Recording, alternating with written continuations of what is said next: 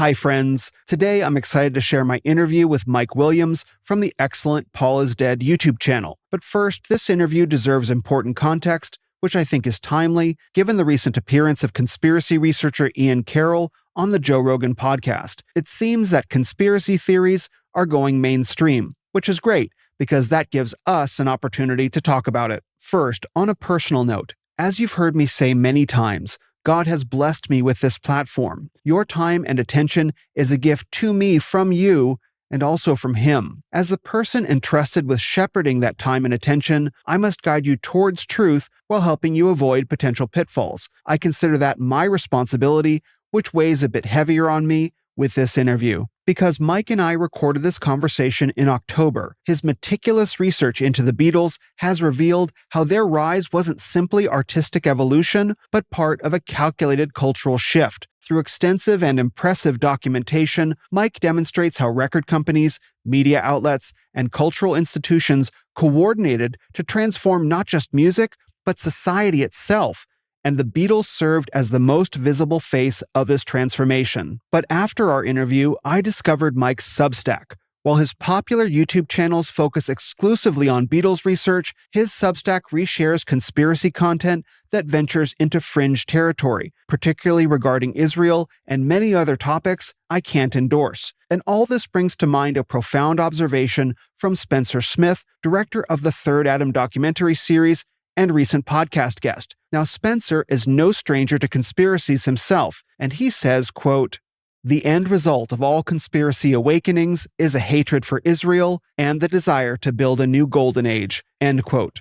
Now, to be clear, I don't believe Mike is a hateful person. I think that will be obvious about him from the interview, and I don't think having a negative view of any government on Earth makes one automatically hateful either. The issue instead lies in how conspiracy thinking can lead those who consume it down increasingly dark paths. We need to recognize this pattern that many of us witnessed during COVID and we see online today. Without a solid biblical Christian faith as our anchor, conspiracy research typically pulls people toward destructive mindsets. That may even be why conspiracy theory is going mainstream as well. It's clouding our ability to think and know what's real. This pattern of coordinated cultural influence isn't new, though. What Mike documents about the Beatles is part of a much larger story. Throughout the 1950s and before, a network of writers, artists, philosophers, institutions, and government agencies laid the groundwork for the massive cultural shifts of the 1960s. Ian Carroll even referenced this in his podcast with Joe Rogan. Here's a clip. Yeah, so check this out. Have you read Strange Scenes Inside Laurel Canyon? I started to read it. I have not finished it. So, I mean, even just the first chapter, right? So if you take that book's premise, it's basically that before the hippie movement, there was a very powerful organized anti-war movement led by a bunch of Quakers, a bunch of black activists, a bunch of, like my dad was one of them. And it was not this hippie fringe thing. It was a very powerful anti-Vietnam protest. And the moment that LSD gets introduced, it becomes all peace and love.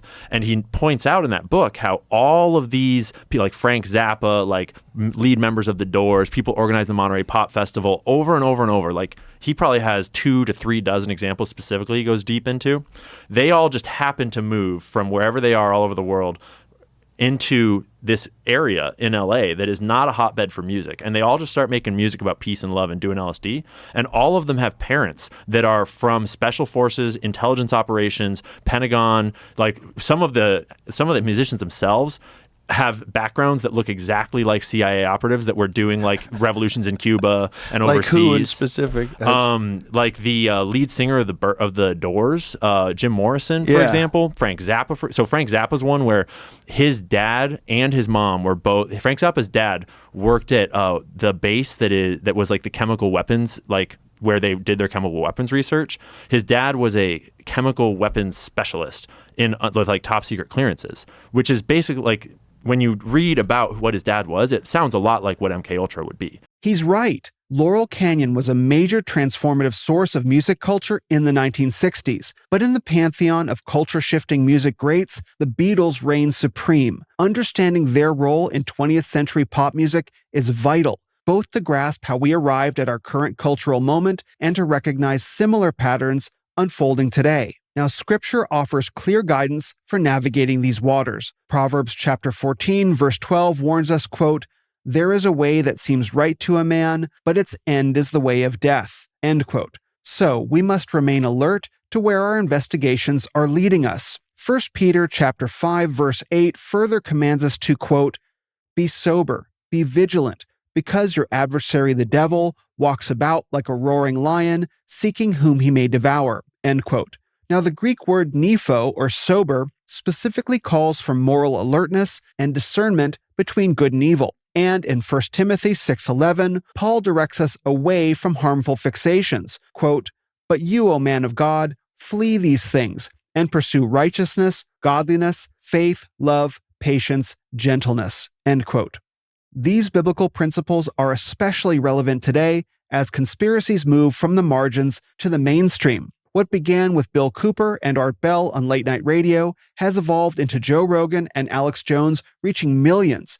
The word psyop has even entered everyday vocabulary, and this rapid shift demands that we develop better discernment skills than ever before. And so I believe that thinking Christianly about conspiracy research means 4 things. First, examining evidence while remaining grounded in biblical truth. Second, recognizing valuable insights without absorbing harmful ideologies. Third, using wisdom to shine Christ's light rather than fueling darkness. And fourth, maintaining love and compassion for those still caught in deception. So, as Christian men and women, let's gladly accept the sacrificial responsibility of keeping our passions in check and our minds clear. When darkness is revealed, rather than responding with anger, bitterness, or even fear, let's remember that God has given us and our fallen, sinful world a way out through the blood of Jesus Christ. For more insight on approaching conspiracy theories from a Christian perspective, I recommend Doug Wilson's excellent blog post on the topic, which is linked in the show notes.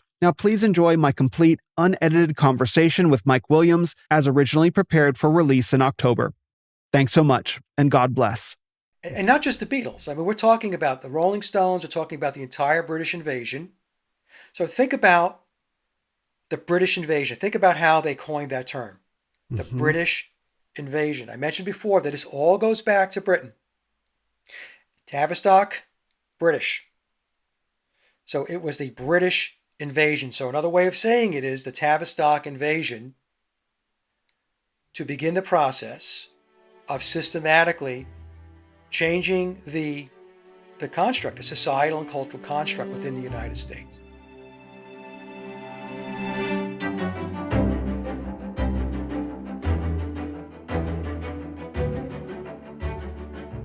Hello, my name is Will Spencer, and welcome to the Will Spencer Podcast. This is a weekly show featuring in-depth conversations with authors, leaders, and influencers who help us understand our changing world. New episodes release every Friday.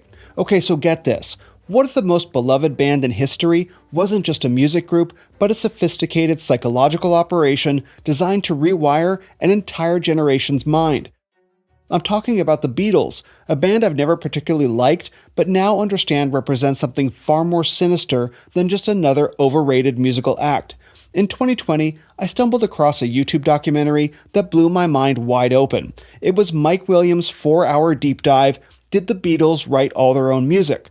Now, I don't know how I found it. Maybe someone shared a link, or I was down some internet rabbit hole about the Paul is Dead conspiracy. Those rabbit holes can be pretty wild, as we all know. But something about this documentary was different. When I hit play, everything I thought I knew about pop culture started unraveling in real time. Now look, I'm the guy who's always gotten eye rolls when I say I can't stand the Beatles. Everyone loses their mind. My 8th grade graduation literally used Imagine as our song. Talk about forced cultural indoctrination, right? It's like we were programmed from day one to worship these 4 guys from Liverpool. But this documentary revealed something way bigger than just musical taste.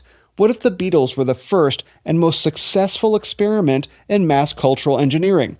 Think about their trajectory. They start as these seemingly innocent, mop-topped kids singing bubblegum pop. Clean cut, harmless, parents love them. And then, almost overnight, they transform into these countercultural icons, pushing psychedelic drugs, Eastern mysticism, and radical social change. It wasn't an accident. It was a carefully orchestrated plan. Imagine a plot so precise that it could take 4 seemingly innocent musicians and used them to introduce a radical cultural shift to millions of unsuspecting people. So if you ask me, Mike Williams didn't just make a documentary. He uncovered a blueprint for how pop culture can fundamentally reshape society. How many millions of people turned on, tuned in, and dropped out because of the Beatles? How many doorways to cultural revolution did they open? And let's be real, this wasn't just a one-time thing. This became a template. Look at modern pop stars. Katy Perry, Taylor Swift, Britney Spears, Miley Cyrus. They all follow the same pattern. Start innocent, build an audience, then gradually deconstruct everything that made them initially appealing. The Beatles were the original prototype, the proof of concept for this entire model of cultural manipulation. So since that documentary, Mike Williams has carved up the Beatles mythology like a psychedelic turkey, exposing a level of cultural manipulation that's both horrifying and fascinating. His videos have been viewed millions of times, and he's done something most people wouldn't dare: systematically dismantled one of the most protected narratives in modern music history. In fact, he's done such a thorough job that he's actually retired from making Beatles videos, instead focusing on spreading the insights he's uncovered. When I reached out to have him on the podcast several months ago, I knew more people needed to hear this story, not just as music history, but as a case study in how culture is truly manufactured. If you enjoy the Will Spencer podcast, thank you. But let's be real, this podcast isn't just another show. It's a conversation about things that actually matter. So if you find value in what you hear today, I need 3 things from you. First, subscribe. Hit that button like you mean it. And make sure to click the bell icon so you don't miss future episodes. Second, leave a real comment, not a throwaway great video. I want to hear your actual thoughts. What challenged you? What made you think differently? And third, share this. These conversations matter, and if something we discuss could help someone see the world differently, you have a responsibility to pass it along. If you want to go deeper, check out my Substack subscriptions or buy me a coffee in the show notes. Every contribution keeps this independent platform running, because this isn't just about me. This is about creating a space for real conversations. And my guest this week isn't just talking about the Beatles, but revealing how 4 musicians became one of the most sophisticated psychological operations of the 20th century. From the Mike Williams Paul is Dead channel, please welcome Mike Williams. Mike, thanks so much for joining me on the podcast today. Oh, thank you very much, Will, for inviting me, and I'm looking forward to the discussion. You know, I found your first Did the Beatles Write All Their Own Music video 4 years ago, not too long after you published it. And I had never really thought much about the Beatles. I didn't much enjoy their music. I couldn't figure out why they were such a big deal. But then I watched your video and it just started unraveling a whole bunch of different things for me. And so now here we are 4 years later. You've produced a whole ton of content around that. And so it's the perfect time to sync up and share this with my audience.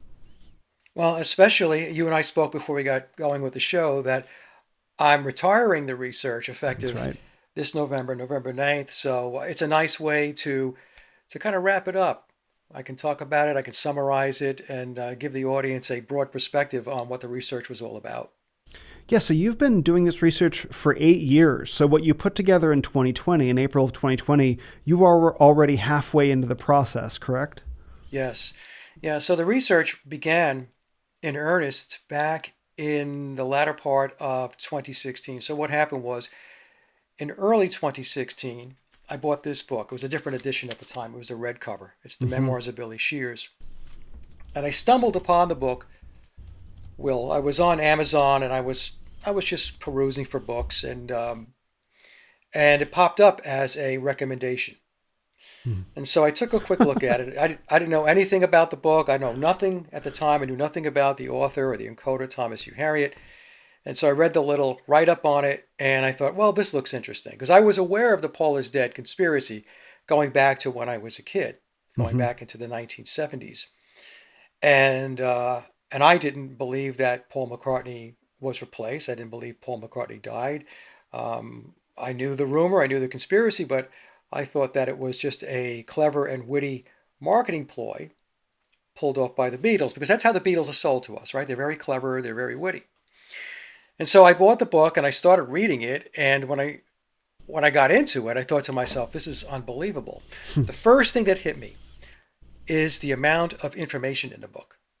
So when you read it, you think to yourself, okay, The details and the information are so deep that this has to have been written by or sourced from somebody that is either within the inner circle and has knowledge of all of this information, or it was actually written by the person playing the part of Paul McCartney, which would be, I refer to him as Billy Shears. And the reason why I call him Billy Shears is, well, that's what he calls himself, the cover of the book, Billy Shears. And then on the Sgt. Pepper album, the title track is Sgt. Pepper's Lonely Hearts Club Band. And then the second track is With a Little Help from My Friends. And in between the title track and With a Little Help from My Friends, he introduces himself, the one and only Billy Shears. And a lot of people think that's Ringo because Ringo sings the song, but it's not. It was a way in which they were able to camouflage the clue. And so they gave Ringo the song to sing, but they were actually the Beatles and Billy himself, because Sgt. Pepper's his album, along with George Martin, their producer. He was introducing himself in that album. So that was the first album in which he came out publicly playing the part of Paul McCartney. So when I bought the book, I started reading it, and I was trying to get my head wrapped around what I was reading and what it was telling me, because it's so diametrically opposed to the official narrative. It's a 180-degree difference. But I could have done one of two things. I could have just put the book down and say, this is just nonsense, and I'm not going to read any more of this. I have better things to do, or let me take a closer look at what this book is saying, and let me start some research to see if I can either prove or disprove what the book is telling me. I decided to do the latter. And I was mentioning before we got started that I mentioned this to a friend of mine, Sophia Smallstorm. At the time, Sophia and I did a number of podcasts together. And I just mentioned to her that I got this book, and I was telling her a little bit about it. And then she said, well, Mike, come on my podcast and talk about it. And I paused and I dragged my feet, Will, because the book is 666 pages. Yeah, I remember you mentioning that. Yeah. Yeah. Provocative page number. Yes, a very, very strange amount of pages. And maybe we can get into the occult aspect of this a little bit later. Yes, please. But I knew in order to do that, I would have to basically boil down 666 pages and organize it in a way that I would be able to take the audience through it in 2 hours without getting completely lost in the woods. And I just basically just pushed it off. So finally, she convinced me to do it. And that was back in September of 2016. I think it was September 12th. And I didn't think I was going to do any more shows on it. I figured this is a one-shot deal. I read this book. I'll do a presentation on it. I'll share my thoughts. I'll tell you what's in the book. And then what happened was Mark Devlin contacted Sophia and asked her for my email because he wanted to talk to me about the book as well. So I told Mark, okay, I'll come on your show and talk about it as well. And it's really funny, and I'll wrap this up because I don't want to take up too much of your time giving this much background on how I got started. But I told Mark in that show toward the latter part of it, famous last words, I said, and this will be the last interview that I'll do on the Paul is Dead topic and the Beatles conspiracy. And I couldn't have been more wrong. It just... Correct. Yes. So that's the background. That's how I got involved in it, and one thing led to another. And I was, as I mentioned before we got started, I was doing the research and presenting it in stages because I didn't want to overwhelm the audience with so much information that was so contradictory to what they believed, because what would happen is they would just glaze over and you lose them. Yeah. So I had to break it down in bite-sized chunks. And I did that over the course of the 8 years. So what's so funny is in that little short discussion of the background, how you got into this, you've already touched on so many different topics that I'm familiar with from having watched many hours of your work getting ready for this interview. But just how many pieces there are to this. Like, I don't know how many people today are aware that There was a rumor in the mid-60s that Paul McCartney had passed away. They're maybe not even aware of the two different kind of phases of the Beatles, where they had this sort of like pop rock band in the first half of the 60s, and then the full-on psychedelic in the second half of the 60s, and that the Paul is dead, like the Paul's death may have come in between those two, the occult significance, all these different pieces. Like all of this is wrapped up in a story that's come down, you know, kind of through the ages as like these icons that changed music forever, the Beatles, you know, oh, right. But then all this was exposed to you just because you were browsing on Amazon and it suggested a book to you and you're like, I'll check that out. But then instead of like just kind of taking it for granted, like, oh, that's cool, and putting it on the shelf, you actually decided to dive in deeper and see what was really there. Like, do you remember the thought that was kind of going through your mind? Like, I kind of want to look into this. Like what was happening in that particular moment that set you on this path? Well, I was a total Beatle freak, Will. Okay. So I was really, really into the Beatles. In fact, and I've mentioned this on a couple of interviews. Back in 1968, when I was 9 years old, I was born in 59. I bugged my father and my mother to take me to the movie theater to go see Yellow Submarine. That was released in 1968. And my brother, who's about 13, 14 months younger than I am, he was a little Beatle freak too. So the two of us, you know, and so finally we convinced my dad to take us, and, you know, Dad sat there for 90 minutes in total anguish. And it was an animation, and I was only 9 years old, and I didn't realize that the movie was an animation. The actual Beatles themselves didn't come out until the last 5 or 10 minutes of the film. And so I was born and raised on the Beatles from a musical perspective. They're the reason why I started playing guitar. They're the reason why I started writing songs, all of that stuff. Mm-hmm. And so when I read this, at first I thought, well, this can't possibly be true.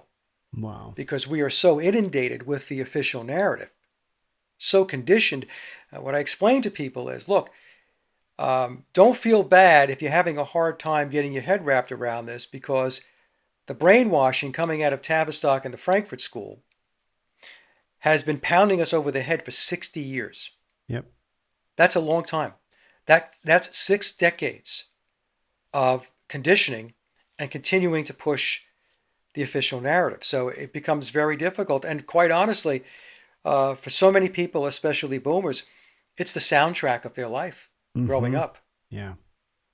And so to reach in and try to pull something like that out of your life, a lot of people are not going to allow it. They're not going to let go. They're going to say, nope, you stay away from me, you lunatic. You know? Yeah.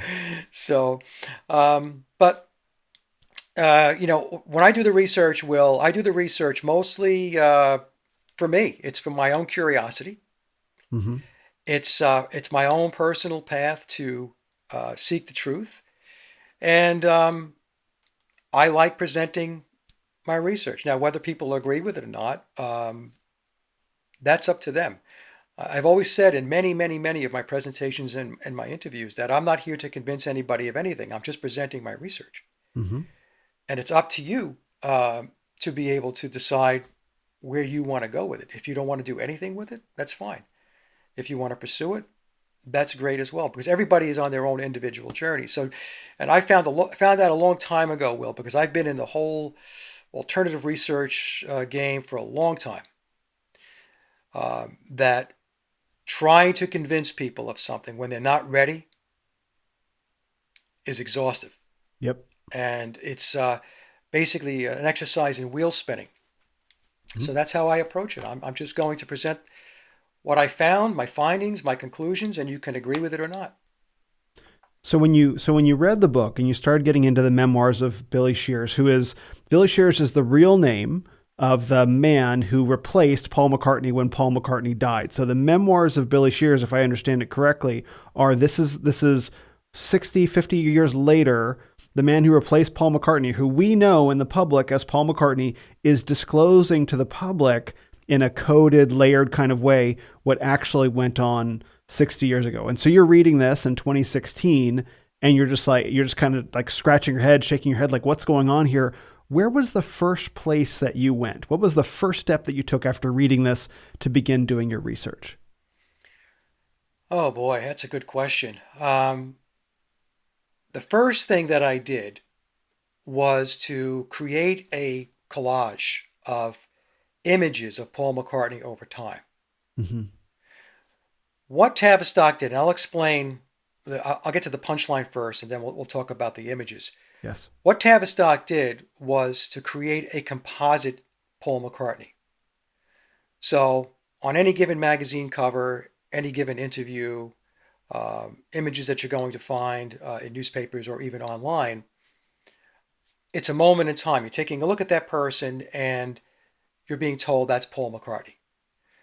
And the vast majority of the population are going to look at that and not question it. They're going to say, well, if it's not Paul McCartney, who else is it? Mm-hmm. Right? They just accept the fact that it's Paul McCartney. It's like when you look at the Sgt. Pepper album cover. That's the first album cover in which we see Billy. That doesn't look like Paul McCartney.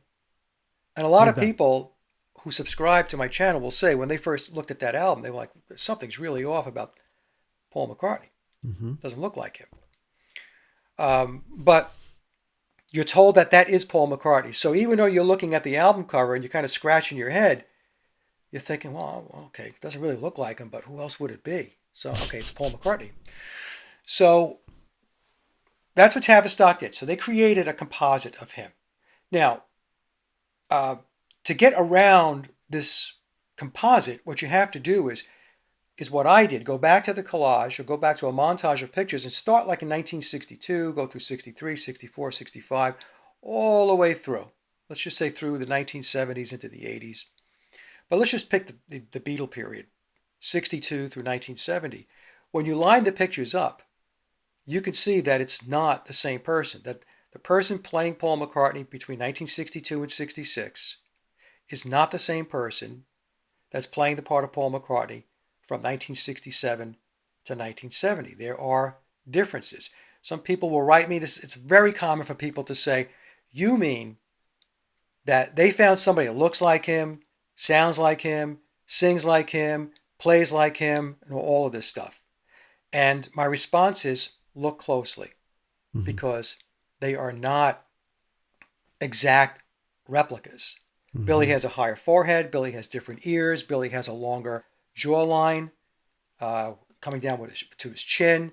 And as I mentioned before we got started, and I'll talk about this a little bit, one of my colleagues, Sally Whitty, she is also blind. She's blind in her left eye. Mm-hmm. About a year and a half, 2 years ago, she figured out that Billy is blind in his right eye. So he only has sight in his left eye, whereas Paul McCartney had two good eyes. And Sally presented, and as well as myself, presented the evidence to show that he is indeed blind in his right eye. And like I said, Sally's a very, very good researcher. She's exceptional. And being blind herself, she was able to pick up on the telltale signs when somebody has an ocular prosthetic. Mm-hmm.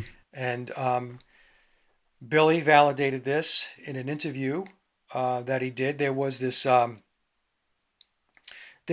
exhibit that was out, I guess, several months ago, called Eyes of the Storm.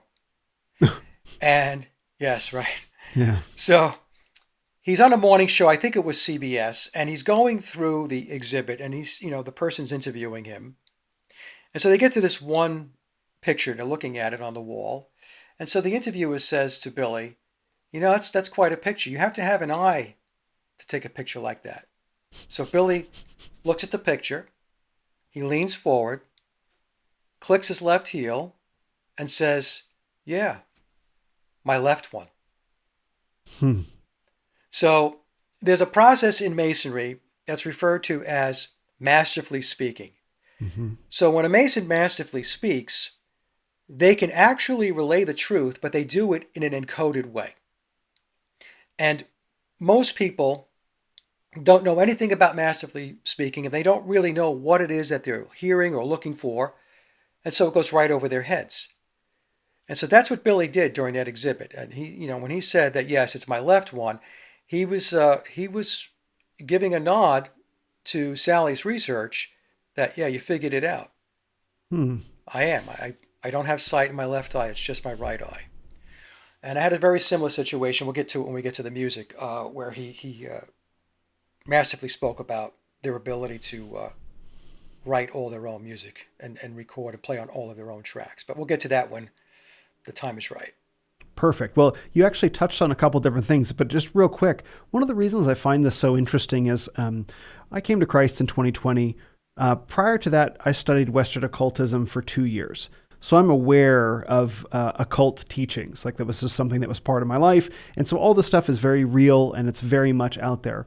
I was also in the dance and DJ world. I was an underground house music DJ for 15 years. Right. And so for me, it was very interesting to look at what the world that I was a part of, which is entirely a Pied Piper world. Right. And I got delivered from that. It traced its lineage all the way back to the 1960s. That's where the techno world essentially got its ideology from. And I worked in the music industry as well. I worked in a professional music studio, helping out engineers for a couple of years. So I'm reading and I'm listening to your presentations, and all of this stuff is like clicking into place from my own life experience, which is one of the reasons why it's been so fun to watch your videos. So you mentioned a couple different things. You mentioned Tavistock. So let's unpack who they are and how they play into the picture, the Tavistock Institute, and then we can start talking about the songwriting, because I think that'll play in quite nicely. All right, so what I'll do is let me just, so I catch all of the points here, Will, for the audience. Please. So what I'm going to suggest to the audience, I don't make any money on these books, folks.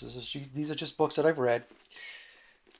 To get started with Tavistock, to understand, especially the deep state in general, this book by John Coleman, The Committee of 300, The Conspirators' Hierarchy. It was this book, based upon a clue dropped in Memoirs, that led me actually to this book, the Coleman book, where in The Committee of 300, Coleman explains that the Beatles were a creation of Tavistock. Now, the book is not about the Beatles. The book is about the Committee of 300 and the deep state structure, which Tavistock is part of, Club of Rome, and so on. So that was a piece, too, that I had to investigate. So, what was Tavistock really all about? What is it that they do? So another book that I recommend people read is The Tavistock Institute by Daniel Esterlin, Social Engineering the Masses. A very good primer. Another book, another Coleman book, Dr. Coleman, Tavistock Institute of Human Relations, Shaping the Moral, Spiritual, Cultural, Political, and Economic Decline of the United States of America. That's Tavistock Institute by Coleman? Yeah, Dr. John Coleman. Okay, great. I'll make a note of that. All this will be in the show notes for the audience. Now, the reason why I bring the books up is because there is no possible way that I can explain every nuance about Tavistock or the Frankfurt School in an interview. I mean, it takes a lot of research, a lot of reading these types of books and taking a deep dive. But Tavistock is an internationalist organization that's responsible for implementing change, societal change, behavior modification via brainwashing. They were founded in 1921 as the Tavistock Clinic. They originated from Wellington House. Now, Wellington House was the World War I propaganda arm of the British military against the war with Germany. So, from Wellington House, which I said they were responsible for the propaganda for World War I on behalf of the British, that made its way and segued into the Tavistock Clinic in 1921.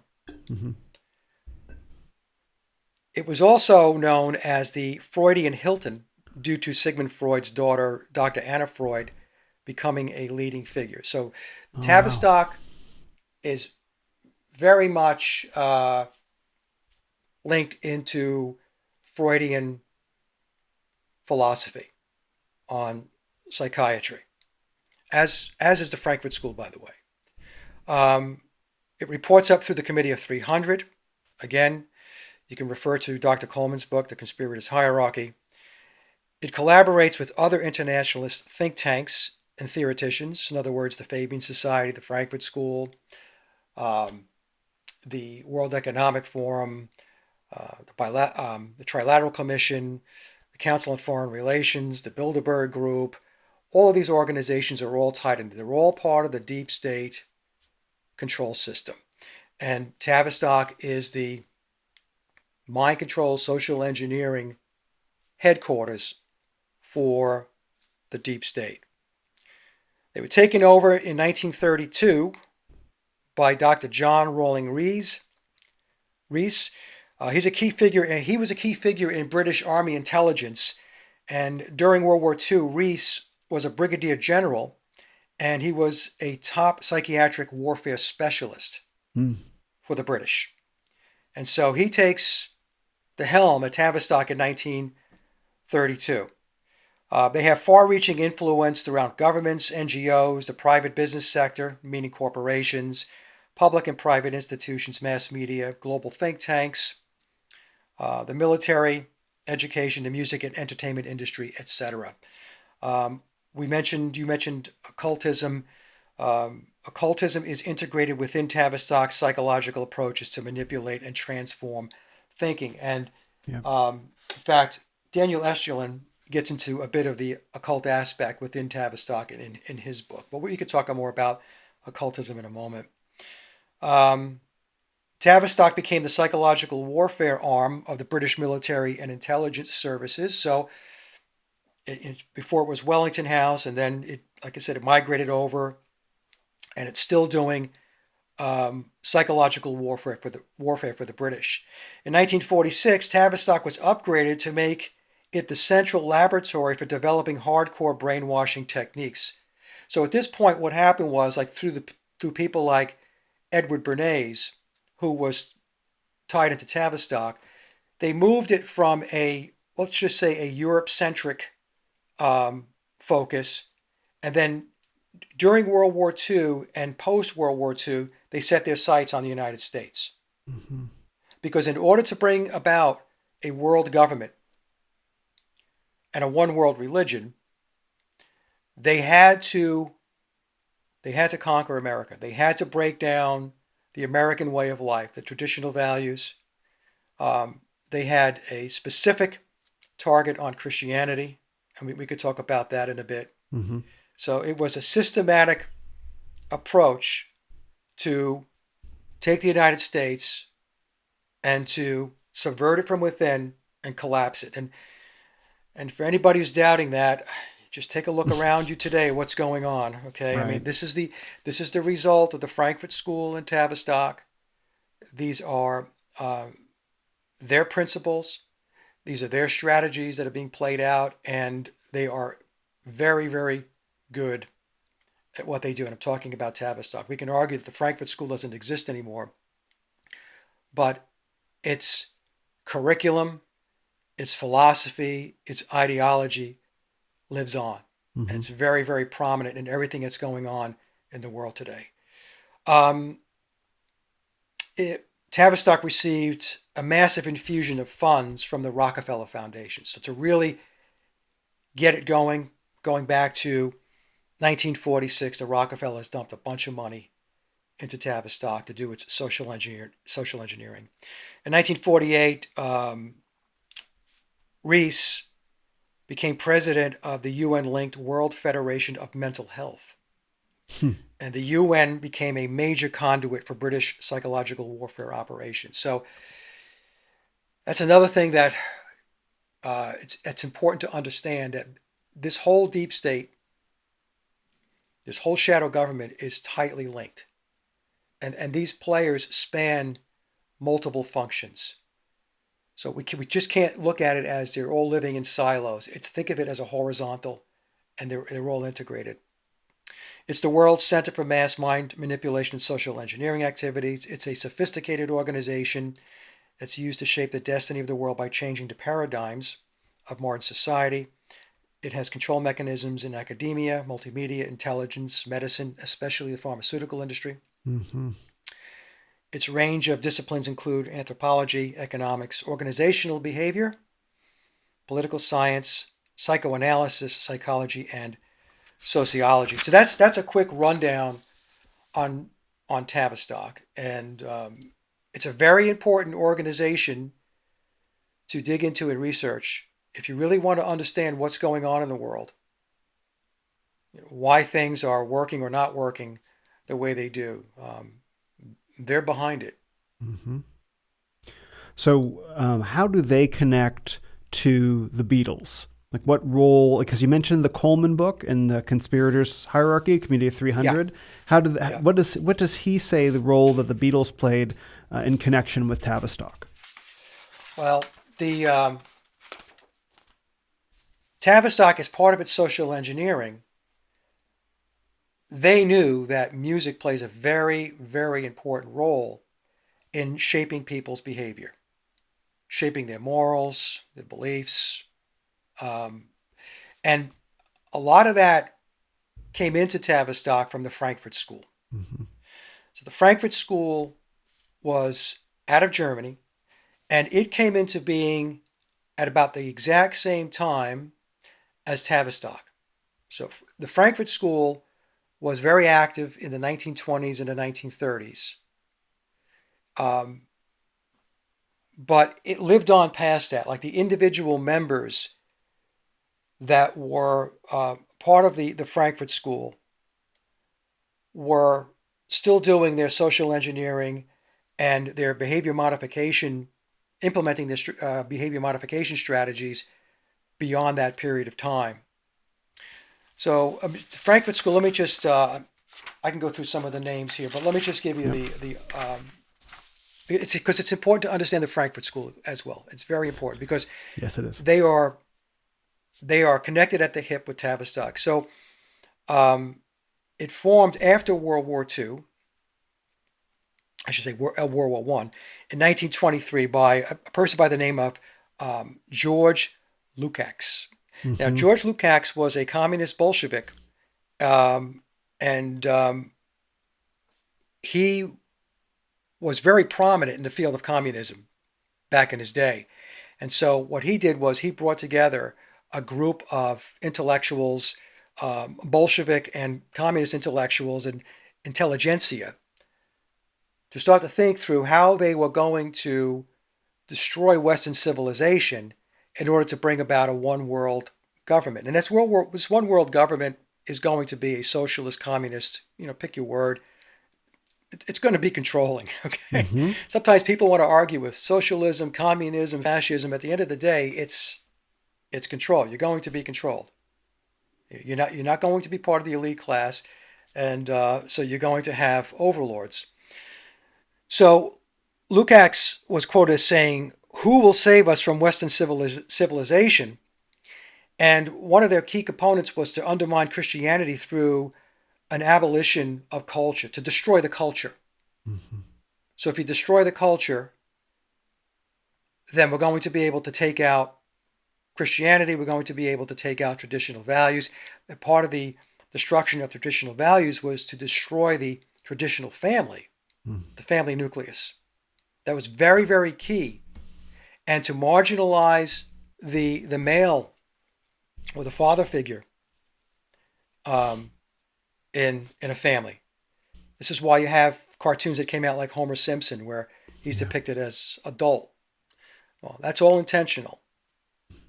And we can get into that a little bit too. So the Frankfurt School was comprised of communists, fascists, Zionists, Freudians, and anti-Christian zealots. They were philosophers, socialists, and psychiatrists dedicated to destroying Western civilization. They were co-sponsored directly by British intelligence. One of the things when you do the research, you're going to find that all of this stuff still goes back to the British. And a lot of that is because, at least in my opinion, because it goes back to the Rothschild dynasty. Oh, sure. Okay. Sigmund Freud is a key figure with the Frankfurt School as well as Tavistock. And Sigmund Freud is considered the father of psychoanalysis. Now, the interesting thing about psychoanalysis is that Freud had said that psychoanalysis is like a religion. You can't prove it, but you accept it on faith. Mm-hmm. Okay? So even they admit that all of their psychiatry and their psychoanalysis doesn't really have any basis of science behind it. But they're going to put it forth as if it's scientific fact. And they're going to sell it to the masses. So psychoanalysis cannot clinically prove that any important Freudian concept really exists. So this also, I should also mention this, Will, because I want to give credit where credit is due. Another very good document on the Frankfurt School comes from the Schiller Institute. Mm-hmm. And all you have to do is just look them up on the internet, and there's they go back, oh my God, 20, 30 years ago. They have some great research and articles. And the other one is from the Schiller Institute, From Cybernetics to Littleton Techniques in Mind Control. They talk about the Frankfurt School and Tavistock as well. So some of the information I have here, I actually culled from those articles. So during World War II, I explained before that Tavistock set its sights on the United States starting around 1946, during the war and then right after the war. And the purpose of that was to start the affront on the American way of life and to tear it down. Well, interestingly enough, the Frankfurt School was shipped over to the United States during World War II as well.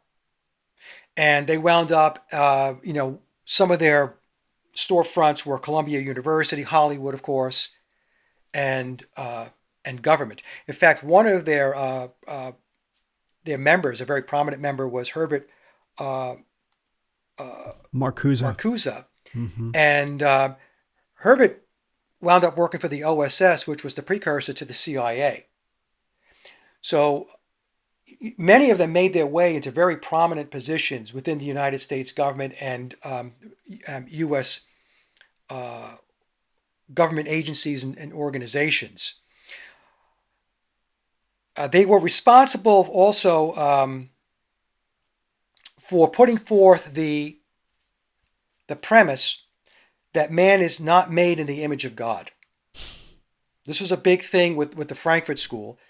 So it was they really preached godlessness.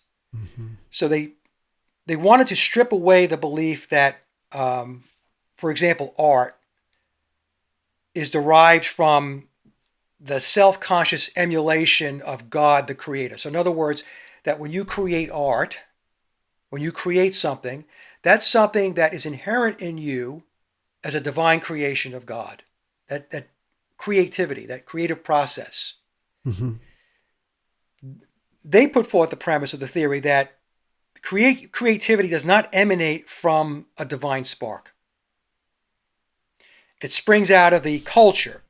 So, in other words, your creativity is not something that's come from God. It's something that it comes from the culture because you exist in the culture. So what you're really doing is you're aggregating the environment around you, and you're bringing that in and you're expressing that.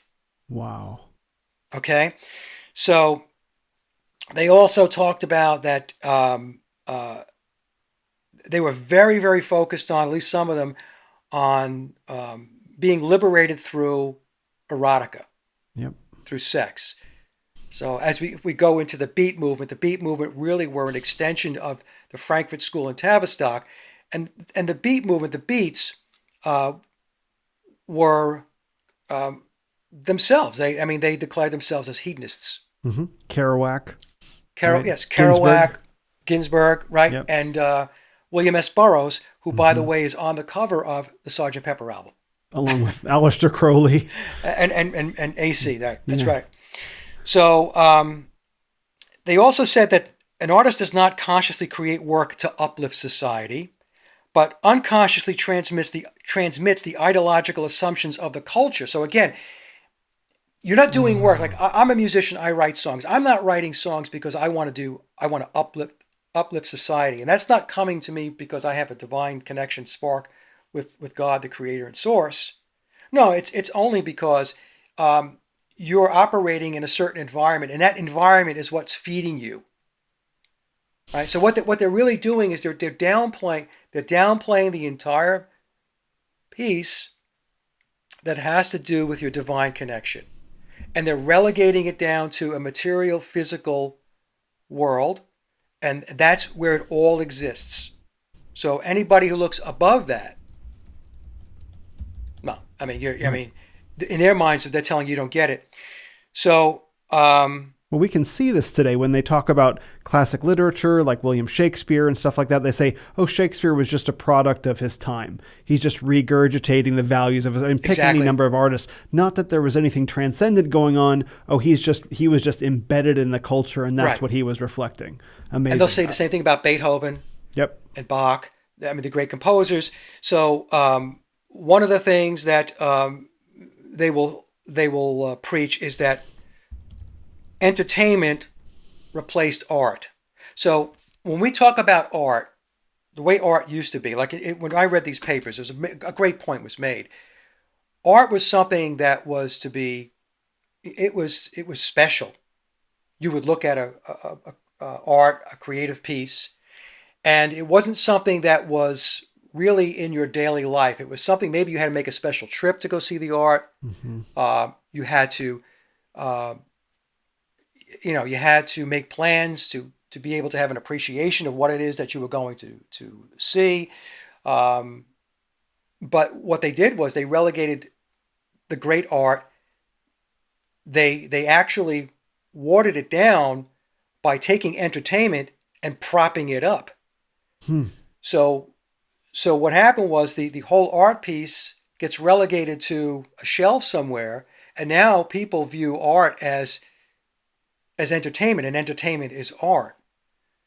And that's a whole dumbing down effect, because if we take a look at what's being pumped into our living rooms from an entertainment perspective, or the movie screens or Netflix or whatever, that's nothing more than it's garbage, okay? Yeah. It's trash that's being pumped out, and it's being assimilated in, it's being taken in by the person who doesn't know any better, and they're being indoctrinated. They're being brainwashed to accept this stuff as acceptable. And it's, that's the thing. So I hope I'm making sense here. Yeah. Art used to be here, and entertainment was down here. And then what they did, they pushed the art down, and they raised the entertainment piece up. And this has created a dumbing down effect, which is absolutely incredible. They invented political correctness, which they ensured permeated the entire education system. And a very interesting piece here that was in the information I read from the Schiller Institute is the radio project from 1937. This is something that Theodor Adorno was heavily involved in. Adorno was with the Frankfurt School, and I believe he was heavily involved with the whole Beatles project as well. But the radio project was a Frankfurt School initiative that was to test the thesis that mass media can brainwash the masses. And one of the things they point to was Orson Welles' War of the Worlds, where it was pumped out to 6 million people. And many people believed that it was real, even though there were times during the broadcast where they said that this was not real. It was but people didn't hear that piece of it. And that also taught them something. That also taught them that people heard what they wanted to hear versus what it is that, they were told. So they were told this was not real, but people just kind of blew past that and got all caught up. In fact, in the paper, it said that many people didn't maybe think it was aliens, but they thought it was the Germans that had invaded the United States. Okay, this is how wacky this stuff gets. Now, it sounds a little crazy, and we can laugh about it now. But the thing is, these social scientists at Tavistock and the Frankfurt School and other organizations like the CIA, because the CIA, by the way, is that's one of Tavistock's clients, is the CIA. This is spelled out in John Coleman's book. What's happening is they're learning from this. Mm-hmm. And this goes to a concept called cybernetics. So cybernetics has to do with where you have input and output, right? So it's a cycle. So this is how AI works as well. So AI is really, in my view, is a concept that has been established based upon cybernetics. So you have inputs, and then when you input something, you have an output. That output then gets rewired back in as an input. So you have this cycle going. It's learning. So when we talk about machine learning, when we talk about artificial intelligence learning, this is what's going on. So back in the day, of course, they didn't have AI, didn't have computers and everything else. So their way of being able to do this loop of learning, cybernetics, was to do these types of tests. And they would make note of what the outcome was, what the output was, and then they would input it back in, and they would make adjustments to the model or the algorithm or the strategy until they got closer and closer to what it is that they wanted as an end result. This is why polling is one of those concepts as well. So polls are not there to really measure where people are at. They're really there to measure how effective their conditioning and brainwashing is. So when a poll comes out a certain way, and it's not exactly how they want that poll to appear, then they're going to step back and say, okay, let's go back to the drawing board. Let's make a couple of adjustments, and let's see if we can get it to move more over here where we want it. So that's another tactic that they used, was polling, and they established a whole concept of public opinion polling, and it was really used to pulse the public and to feed the conditioning and social engineering engine. That's what polling was, and still is. That's what it's used for. They also had something called the authoritarian personality, and this is really kind of interesting. But the authoritarian personality by the Frankfurt School is defined as somebody basically who's a critical thinker and can assess things based upon using their God-given gift of intellect and reason. That person was authoritative because that person would then say, well, I think certain things would work better this way or that way, or we should change this and change that. Maybe we should do this or do that, versus the hive mind. Oh, wow. So it's kind of interesting the way they worded that. So when we think about the authoritative personality, or I should say the authoritarian personality, when I first was going through this and researching it, I was thinking, well, I'm thinking in terms of an authoritative figure, like a dictator type of thing, right? No, they were lowering it down to the level of the individual. So if you were a critical thinker, you were problematic because you were cutting across the grain and you were not going with the flow and you were not in the hive mind. So you would be considered to be a problem. You are putting together so many pieces for me right now, because I've heard of the authoritarian personality, and like you, I always thought it referred to like a dictator. Yeah, right. But the authoritarian personality as being an individual who makes critical distinctions between things, that's considered authoritarian. In fact, I'm dealing with this on Twitter right now. Because the celebrity Russell Brand, maybe perhaps you know him. Yeah. He's recently been making a big show about becoming Christian, and he said a few things that I've been challenging him on. And so I have a lot of people supporting me, but I have a lot of people that are getting very, very angry. That are sort of they're not saying in so many words that I'm behaving in this authoritarian personality way, but they kind of are. You know, that I'm trying to make fine distinctions. They're reacting to the things that I'm saying, trying to be discerning about who this man is. Yeah. And so I was wondering where that was coming from, and I understand that. And it also helps me understand the get woke, go broke phenomenon of like Star Wars. So if you're raised, if you're tutored and taught in a Frankfurt School mindset that teaches you're only producing materials that are relevant to this cultural moment, and that's your only way of thinking of creativity, then you're just going to regurgitate stuff that speaks to whatever cultural zeitgeist is going on, and not believe that this responsibility that you've been given to create is a gift, is a chance to channel the divine spark. So naturally, like, people are trying to understand how are these people producing these garbage Star Wars, Star Trek shows, or Lord of the Rings, or whatever, name it. How are they putting out trash with a straight face? Well, because they don't actually believe that they have a divine spark of creativity. All they know how to do is regurgitate what's in their environment. So they're doing what their program. So all of these pieces, I've never looked into the Tavistock Institute. I mean, I'm familiar with who they are. I'm familiar with the Frankfurt School. I'm familiar with Marcuse and Adorno and all of that. But I didn't understand that it goes back this far. And I think that's the important thing, is that we're used to thinking of the 60s as being the big debut of social engineering, right? Those of us, who are looking into these things. It was going on a long time before that. Yeah. So modern day social engineering with social scientists, I explain, has been going on for a century. Mm-hmm. Yeah. Okay, so if we go back to Wellington House, and when Wellington House then morphed into the Tavistock Clinic in 1921, I think I said, the early 1920s, and we're in 2024, that's 100 years. Yeah. So they've had 100 years of really fine-tuning how they go about their business. Now, just to finish up on the Frankfurt School, Will, I don't want to take up too much time here. When you listen to the Frankfurt School, and you listen to Marcuse and Adorno, and when you read that stuff, they're very, very slick, and they're very nuanced in how they go about presenting their message and their theories. They're very, very good at it, and they're very convincing. So it'll come across as altruistic, it's egalitarian, but when you take a step back, it's gaslighting. That's what it is. It's gaslighting.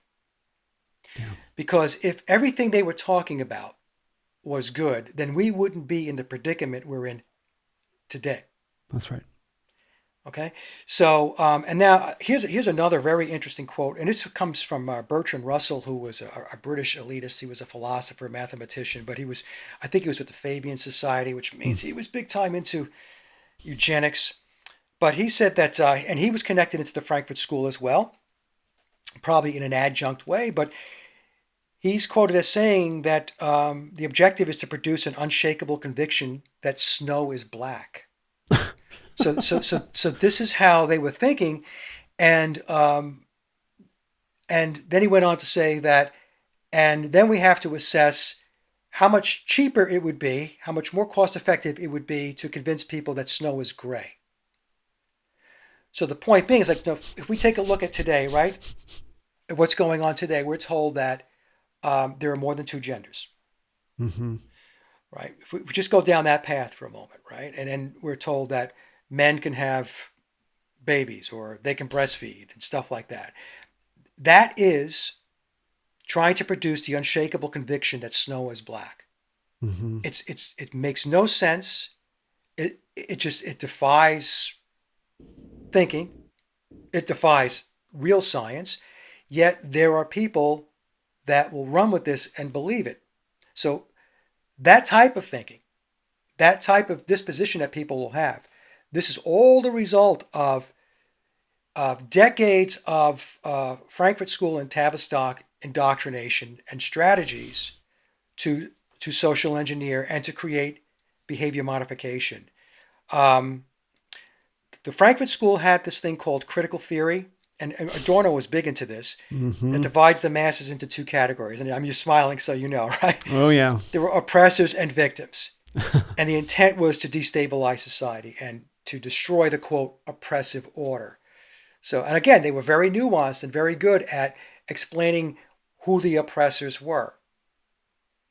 And they may not have necessarily been oppressors, but they were going to convince you that you were being oppressed.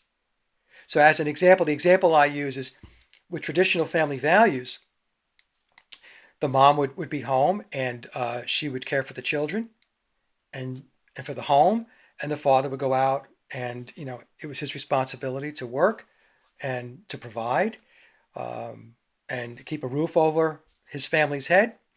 And so with feminism and the women's movement, what Tavistock and the Frankfurt School did was to go about inundating through the media, because the media is their big, that's their big stick.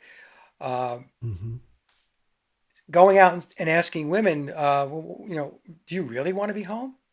Do you really want to take care of kids? Don't you want to go do what your husband's doing? Don't you want to go to work? Don't you want to do this? Don't you want to do that? And the truth of the matter is, many women because I believe it's actually built into our DNA as men and women to have certain responsibilities, functions, and ways of living our lives, right? I agree. So a woman would say, you know what? My job, it's very important for me to stay home and to watch the children and to nurture them and care for them. And my husband does the work, and we work together as a husband and wife team, and we make the household work. That's what we do. Mm-hmm. And but what they did was to convince women that you don't really want to do that. You really don't. So they were gaslighting them, and they, through steady streams of propaganda, they just kept beating the drum and beating the drum and beating the drum. And eventually what happened was, take a look at what happened, folks. What happened was most women, a lot of women, left the household. They went to work. The husband went to work. The children now don't have the FaceTime or the interaction with their biological parents anymore, so they have to go to preschool. They're in school. They're after school. And the parents' interaction with their children happens in the evening when they both come home from work, or it's on the weekends when it's just a flurry of activity, because if you're working 5 days a week, when you get to the weekend, it's not just about the kids. You got to do things. You have to attend to the household as well. Mm-hmm. So the children then are separated from their parents. They essentially become wards of the state, and they are now being taught and nurtured by people outside of the family. And this is exactly what they wanted. Now, the other thing that the controllers did was they had other levers to make sure that they were able to push this along. As an example, they would increase the cost of living. So whereas, back in the 1950s, as an example, when my parents, I was born in 59, even going into the 1960s, you can have a one parent working and the other parent staying home. And you can make things work. We were, I would say we were, blue collar, middle class on Long Island. My father was a policeman. Mom stayed home. But you know what? We did okay. Mm-hmm. But when they started raising the prices of everything and making it more costly to live your life, that forced a lot of the women out because they couldn't pay the bills unless they had two incomes. Mm-hmm. So I'm just bringing that up to say, because I don't want people to think that there's a single lever. They have lots of buttons and lots of levers that they push to manipulate society in order to push people in directions that they want to push them. So anyway, so you understand the critical theory. So critical theory dissects existing societal beliefs and criticizes them in a way to redefine existing beliefs, values and morals and stuff like that, which they will tell you that the oppressors are your governments, they're your religions, and these entities, they inhibit human potential. So this goes back to the human potential movement of the 1960s that was spearheaded by Willis Harman, and it was called really under the umbrella of the Aquarian conspiracy. Mm-hmm. You can see all the pieces. Yeah, please. You can see all the pieces beginning to fit together of like, how did we get in this mess and how far back it goes?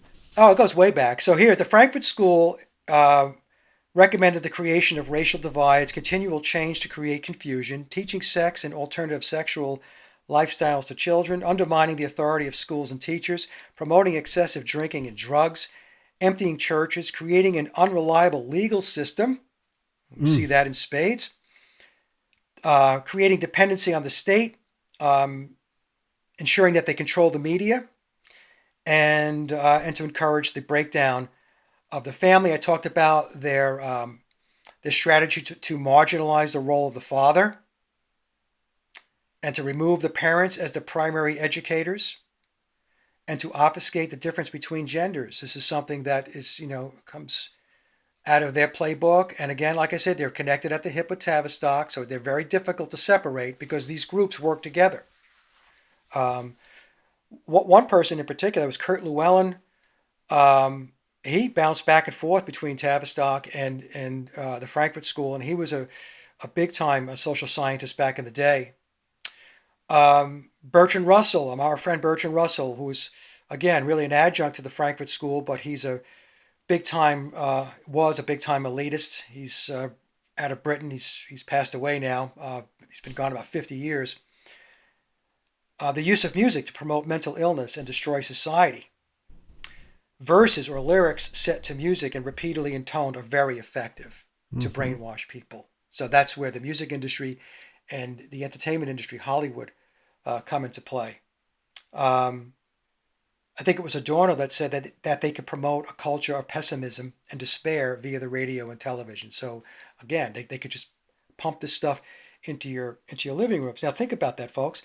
Every time you turn on your TV set, does any good news ever come out of the speaker? No. It's always tragedy. It's always some kind of shooting. It's always something bad. It's war. Something bad is always being pumped into your living room, and that is what you're being inundated with. And I'm a retired hypnotherapist. Oh. And so I'm very, very familiar with hypnotherapy and the television set. The subconscious mind loves imagery. Mm-hmm. So that's why when you watch television, there'll be loops being played, looped imagery. Like if we pick 9/11 with the plane hitting the building, they kept playing it over and over and over again. The reason why they were doing that was because that was conditioning. Mm-hmm. That was mind control.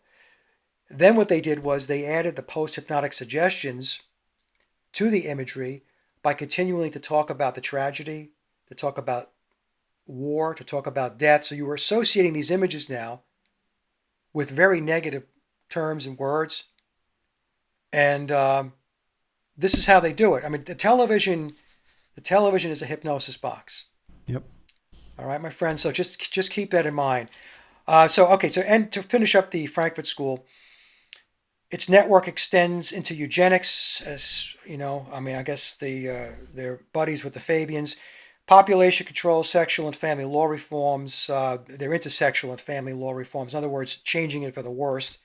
It is linked to publishing houses, all your books, medical, educational, and research establishments, women's organizations, marriage counseling, governments, etc.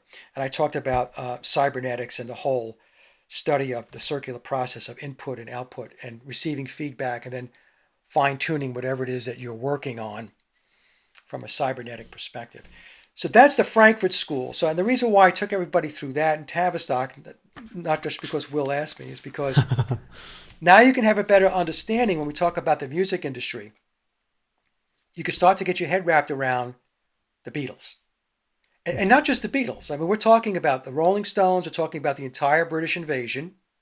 So think about the British invasion. Think about how they coined that term, the British invasion. I mentioned before that this all goes back to Britain. Tavistock, British. So it was the British invasion. So another way of saying it is the Tavistock invasion to begin the process of systematically changing the construct, the societal and cultural construct within the United States, and also over in England as well, and the rest of the world. All right. So, so the Beatles, did you want me to get into the Beatles? Yeah. Did you have questions for me? No, I think that would probably be a good time. I mean, I think where I connect with all this is spending a lot of time in the New Age and having unplugged all of that. I don't know that I haven't read the book, The Aquarian Conspiracy, but in one of your videos you were talking about it. I'm like, yeah, that was basically my whole life for 20 years. So that was sort of my doorway into this stuff. And I kept finding that no matter where I walked in this kind of New Age world, I would always end up in front of the Beatles. Right? All roads in some sense lead to them. So naturally, when I started watching your work and you started pulling on those threads, that's when everything started to unravel and open the door so much more. So I think now would be a really great time to get to them. Yeah, so Tavistock clearly understood, as well as Bertrand Russell and the Frankfurt School, that music played a very, very important role in conditioning people to formulate belief systems. There's an old saying, your thoughts are not your own. Yeah. And it's so true. Really, to the audience, take a step back and think, are your thoughts your own? Think about where you receive your information from and question it. Question everything. Because we've gotten to the point today where it's just one gigantic propaganda and indoctrination machine around us 24/7. Mm-hmm. Every single day. Every single day. So when I looked at the Beatles, initially, it focused on the replacement of Paul McCartney. And so I took you through that. I looked at the images and I pulled the evidence together. And trust me, folks, the guy that's playing Paul McCartney today is not biological Paul McCartney. He's not the guy that you remember back from the early 1960s. He is not. I know people are going to disagree with me, and do me a favor. If you just go to my YouTube channel, lots of content on that. I'm not going to spend a lot of time trying to convince people of that. Just take a look at it. Do you have one video that I can send people to in particular that's about that one issue? Yeah, I actually did a video. What I'll do, Will, is I can send it to you after the show. I have a link. I think it's called The Beatles Conspiracy 101. Okay. On my YouTube channel. Mm-hmm. And it's only a 1 minute short. But what it does is it refers you to the description box to specific shows which will help you to understand the flow of this Beatles conspiracy. Great. So you start here with replacing the Paul McCartney, and then we make our way into the music piece of it. Excellent. Did they write all their own music and play on all the recorded tracks? The answer is no, they did not, but I'll talk about that. So knowing what we know now about the Frankfurt School in Tavistock, they had to put a musical phenomena in place. They had to kick off something that was going to take the world by storm. Mm-hmm. Now, what we need to understand is that now I have a hypothesis, okay, and let me just start with this. There are pictures on the internet of Paul McCartney, George Harrison, and John Lennon with bird cages. With George Harrison and Paul McCartney, the bird cages are on their heads. With John Lennon, he's leaning up next to a bird cage with a Superman shirt, which goes back to Nietzsche and the Übermensch, the superhuman, the Superman. Right? This is a concept of the elites. If we listen to the World Economic Forum, and we listen to Yuval Harari talking about that they have achieved godlike status now. Mm-hmm. This is what they're talking about. See, when they talk about this stuff today, it all has history. But you have to know where it goes back to. Otherwise, it just sounds like kookiness. I mean, it might still sound like kookiness, but at least you could tie it back to an ideology that these people are in love with, totally in love with.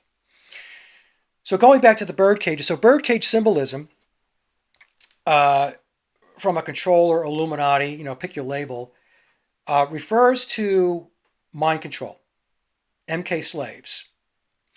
And so when I took a look at those pictures, and there are a lot of images of the Beatles engaged in occult symbolism. Mm-hmm. Now, some people are going to want to argue that because they were so young that they really didn't have an idea what they were doing. They were just doing what they were told to do. And that could very well be true.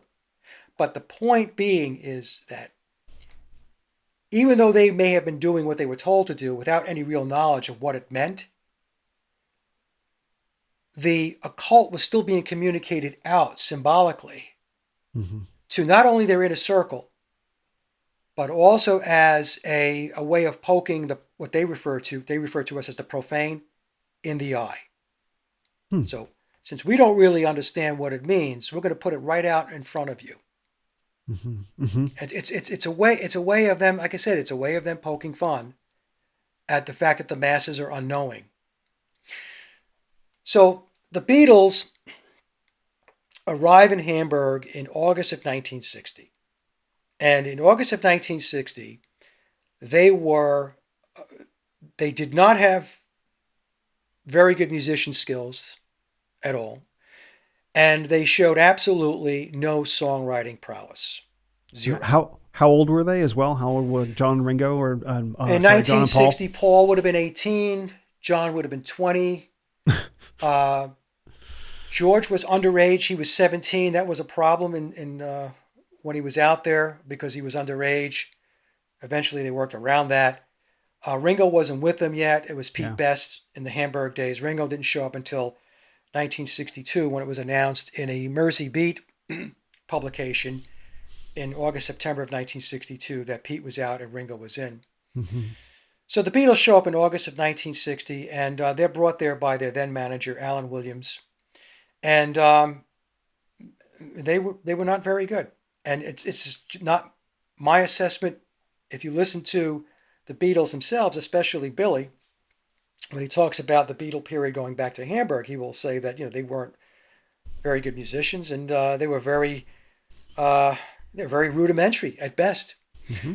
In fact, there's an interview with Alan Williams from the Beatle documentary, The Complete Beatles, which goes back to the 1980s, which was the definitive documentary about the Beatles until Anthology was released in the 1990s, where he says he was told by one of the clubs in Germany, don't bring that bum group, the Beatles, to Hamburg. We have a good thing going here. Don't bring that bum group, the Beatles, here. And I'll talk about Germany too in a little bit, because there's a big, huge German connection to all of this stuff, and we'll talk about that a bit.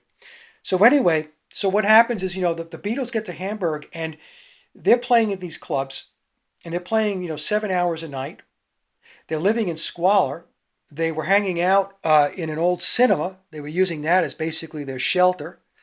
In an interview that Pete Best did years ago, he was being interviewed, and he said, the schedule, the way it worked in Hamburg was they would play in these clubs 7 hours a night. They would go back to, wherever they were hanging out, the cinema. And they would get up at 3 o'clock in the afternoon. Mm-hmm. And they had to be back at the club, at the venue, at 6 o'clock. So they had a 3-hour window of time between the time they woke up and they had to be back at the club. So there was no songwriting taking place there. All right, they were just probably getting through their hangover and making their way. And, Hamburg was a red light district, lots of alcohol, lots of women. And so the Beatles have their stint in Hamburg, and they return home in December of 1960 completely dejected because absolutely nothing transpired. Zippo. Nothing happened. Right? So they came and they went.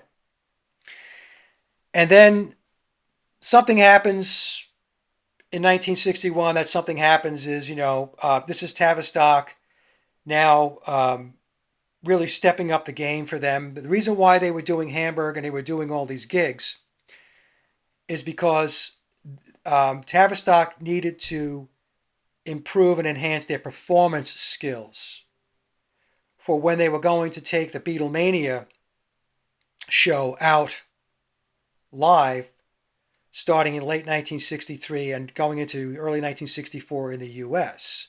So think of Hamburg and all the gigs they were doing back in the Liverpool and the UK as boot camp. Mm-hmm.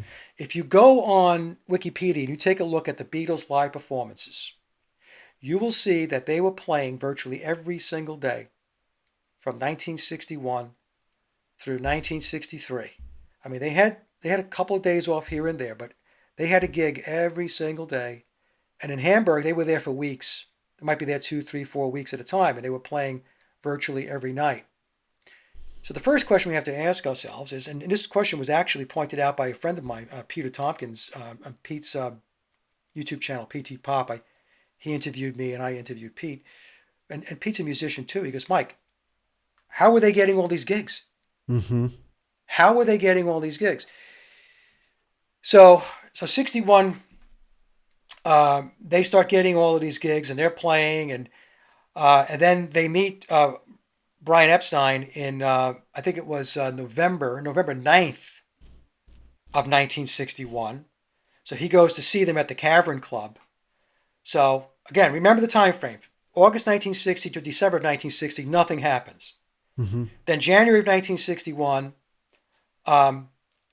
up through November of 1961, they're doing all these gigs, and they just happen to meet up with Brian Epstein, who went to go see them at the Cavern Club. And he says, he loved them and he wanted to sign them to a contract. Okay? And during this period of time, the Beatles are doing nothing but cover tunes. That's all they're doing is cover tunes. They're not doing original music. They are a bar and club band that does cover music. Yep. Then, on January 1st of 1962, they wind up at Decca Records to do a demo. 15 songs, 12 covers, and 3 nondescript originals. And these 3 originals never made their way onto any of their albums that they released as a unit. I think maybe 1 or 2 of the songs, maybe a third song as well, maybe all 3. I have to go back and check. Are represented on the anthology release, which came out in the 1990s. So now we have to ask ourselves, okay, so hold on a second here. So August of 1960, they're in Hamburg. Nothing happens. And then from January 1st through, let's say, December 31st of 1961, they're doing all these gigs. They meet up with Epstein. Epstein meets up with them. Then they get a demo with Decca Records, a major label. Who even knows who they are? Right. So Decca turns them down. Decca says, no, not interested. So then Brian Epstein takes tapes to George Martin. And I think this was in February of 62, so a month later. And he plays the tapes for George Martin. And George Martin says, well, if you're asking me to judge them by what you're showing me here, I'm not interested. Mm-hmm. He said that. George Martin says that in your videos. There's a direct quote of his coming from his lips where he says exactly those words. Yeah, it's direct quotes. I mean, these are interviews that I have watched where George Martin talked frankly about this. I mean, of course, he would say that, and then he would revert back to the accolades. That's something that's very common in the Beatles story. You'll hear. There's another story with Norman Smith, who was their engineer from Please Please Me, the first Parlophone UK release. And by the way, their Parlophone albums are their official albums, not the US Capitol releases. And he was with them through Rubber Soul. And in 1971, in a magazine called New Music Express, he said they were terrible in the studio. Mm-hmm. That they failed in the studio.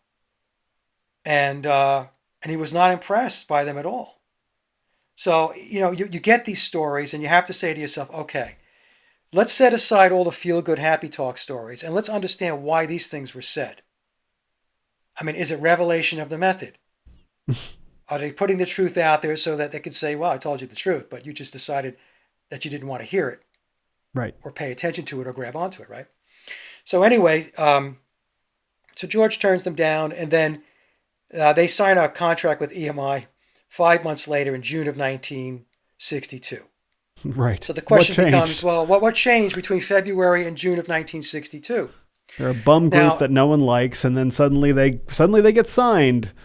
Right. And George Martin had said that they had nothing behind them, and the best song he could find from them was "Love Me Do," and that's even if they wrote that song. And that's interesting because going back to the documentary I mentioned earlier, Will, The Complete Beatles, the 1980s documentary, in that documentary it says that between 1956 and 1962, Paul McCartney and John Lennon, either individually or together, wrote 100 songs together. 100 songs, either individually or together. And so the first question you got to ask yourself is, and the documentary also says, although they weren't recorded. Okay, fine, they didn't record them. That's very, that's very convenient. Okay, right. But let's just set that aside and say, okay, you told us that they wrote 100 songs.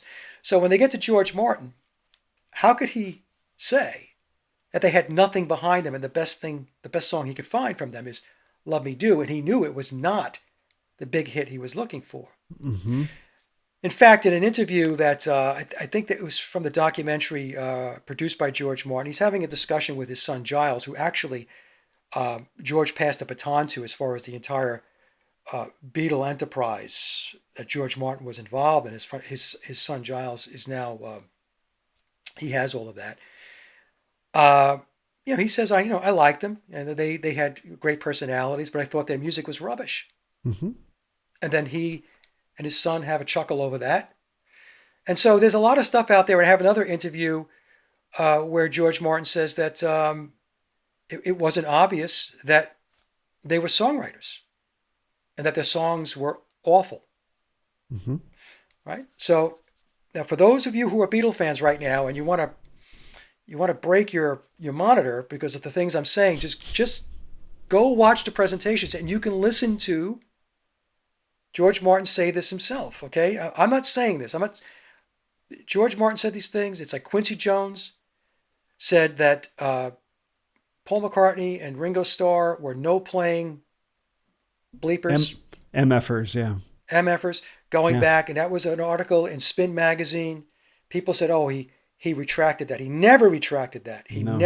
What he apologized for was airing it out. Yeah. Okay. So we have these types of things going on. So we have the Norman Smith article, we have George Martin, you have Quincy Jones talking about all this. And so then they get signed. And of course, again, they don't have anything behind them. But yet, they signed in June of 1962 and they released their first album, Please Please Me, 9 months later with 8 original Lennon and McCartney songs. 6 covers, 8 originals.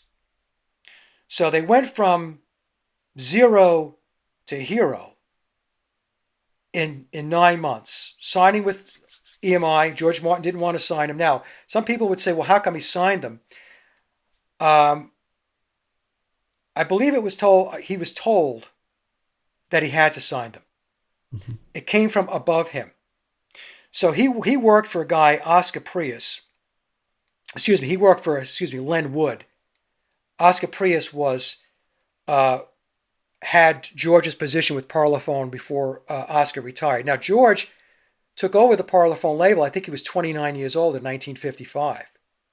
So this tells you, that he was a mover and a shaker. They were moving George Martin along. And not to say that George was very talented, okay? I mean, he's a very talented man. So he was moving along. But 29 years old, for EMI to give him his own label to manage, the Parlophone label, that's impressive. That's very impressive. And so, and then the CEO of EMI at the time was Joseph Lockwood, Sir Joseph Lockwood. So I think what happened was that perhaps George was not completely on board with the Beatles as to what they were going to become. So in February he says no, and then later on, shortly after I should say, he receives a phone call. This is actually explained in memoirs. He received a phone call from upstairs that said, you got to take him on. Mm-hmm. And when he first took him on, here's another thing. He didn't work with them directly. He didn't want to work with them. He delegated it to one of his assistants, Ron Richards, who later on, who did Ron work with? Oh, Ron spent a lot of years working with the Hollies. Buddy Holly. So Ron takes the Beatles into the studio to see what he can get out of them. And he can't get anything out of them. And they did some recordings. And so the way the story goes, the playback is shown to George Martin and to Brian Epstein and whoever else was there. And that resulted in a second phone call to George Martin that said, you can't delegate this. You have to work with them directly. So you have to do your magic to make this work, George. So now we have them 9 months after they get signed, they come out with an album. They just magically come up with 8 original tunes when before that they couldn't find, 9 months earlier, they couldn't find even one really. And then they're a bum group. They're a bum group that are their music is rubbish.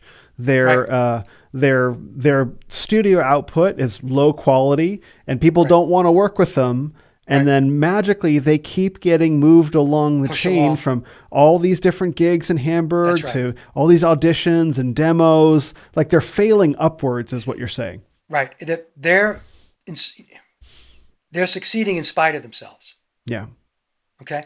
So and the other thing I should mention also is starting in 1962, I think it was 62, they start getting these gigs with the BBC, live at the BBC gigs. So then you have to think to yourself, okay, well, how did that happen? Well, that's somebody's pushing buttons behind the scenes. That's how that's working. You were turned down by Decca. You were turned down by George Martin from EMI. And then right after that, the BBC says, yeah, come on out to our BBC live at the BBC shows. Right? And by the way, they weren't live, folks. Okay, they were recorded. They were pre-recorded, and they were able to do takes and overdubs. And I did a whole show on this, and then they were released like 2 or 3 weeks later. So they were actually studio productions. And I did a show on this, Will, where I sincerely doubt that the Beatles were actually performing the instrumentals on those BBC recordings. They did the vocals, but I don't believe that they were doing the instrumentals. That was done by studio players. But we'll get to that in a moment. Can we take a sidestep real quick to talk about two things? So the first thing I want to do is kind of unpack who George Martin is, because we've said his name a number of times, and the role of a studio producer, a studio engineer in crafting the sound of a band. Because from my time in the studio world and the musicians world, I heard George Martin's name held up with reverence as the guy who basically invented everything that engineers do today.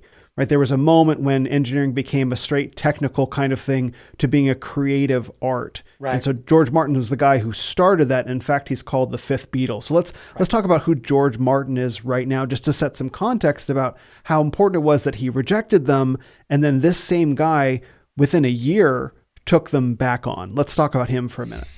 Yeah, so a producer, as you know, Will, is really calls the shots as far as recording goes, and how the songs are going to be arranged, how the songs are going to sound, the direction, the whole 9 yards. It's the whole presentation and packaging of what this particular album, these songs are going to be about.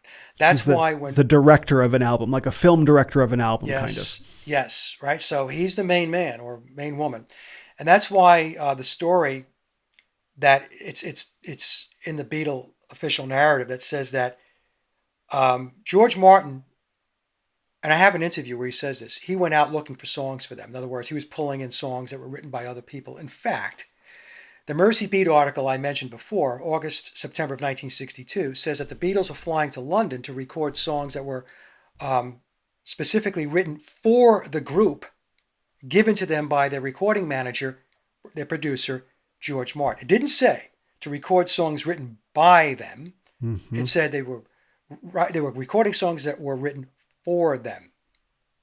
And there's this story that goes around that says that the Beatles pushed back on George Martin and said, no, we don't want to do other people's music. We want to write our own music. And I keep telling people, when people bring that up, I said, look, please put your thinking cap on. You're a band that just got signed. You got turned down twice. You're in the studio with a big name producer. George Martin was the head of the Parlophone label at that time. He wasn't just a producer, he was the head of the Parlophone label, reporting up through Joseph Lockwood. These four guys were not going to tell him anything. Right. Not going to tell him anything. It was George that was calling the shots. So all these stories about, how the Beatles had so much input into what was going on. I mean, I'm not saying that they didn't have discussions with George Martin and might have said, what about this, what about that? But when the buck stopped with George Martin. Mm-hmm. He was the guy. He was the guy. And what's interesting is he left EMI because he was having, how should I say this? I want to put it in the proper context. He was bumping heads with his immediate boss, Len Wood. And George didn't feel when he was at EMI that he was being compensated appropriately, that he should have been making more money. And evidently Len didn't agree. So they were locking horns. And so George eventually left EMI. And the way the story goes, what I've read in my research is, Len Wood tried to pull him back. he started his own recording studio, AIR, AIR Studios. And what's interesting about that is even after he started his own studio, basically an independent studio owner and producer, he was still back at EMI with the Beatles. Oh, wow. That's very interesting. The Beatles were under contract with EMI, but this independent producer, George Martin, was there, who he was a former employee of EMI, and there was some horn locking between him and Len Wood. Len Wood eventually left EMI, retired or so. But the point they're trying to make is, obviously, George Martin was very, very important to the operation. Very important. Mm-hmm. Could they have brought a different producer in? Sure. They could have. This happens all the time. But no, he stayed. So there's a reason why he was there. And obviously, if you look back at his legacy now, George Martin and the Beatles, it's synonymous. Mm-hmm. You can't really talk about the Beatles without talking about George Martin, and vice versa. You can't talk about George without having a discussion about the Beatles. Yep. Right. So that's George. I mean, he really controlled that band. And again, folks, my research, right? He controlled that band, and he handled them from the beginning in 1962 right up through Revolver. Mm-hmm. And that was his era. And then once Billy came in, because Paul McCartney was out of the picture, he was replaced in starting in late 1966, going into Sgt. Pepper, because Sgt. Pepper was Billy's album working with George Martin. The other Beatles were really pretty much spectators at that point. In fact, George Martin mentioned in an interview, I think it was a 1990 interview with Bernie Goldberg. Don't hold me to the date, but it was a long time ago. And in that interview, Billy, as Paul McCartney, is telling Bernie Goldberg, who was interviewing him, that George Harrison was a no-show for the Pepper sessions. Mm-hmm. I He was heard that absent. too.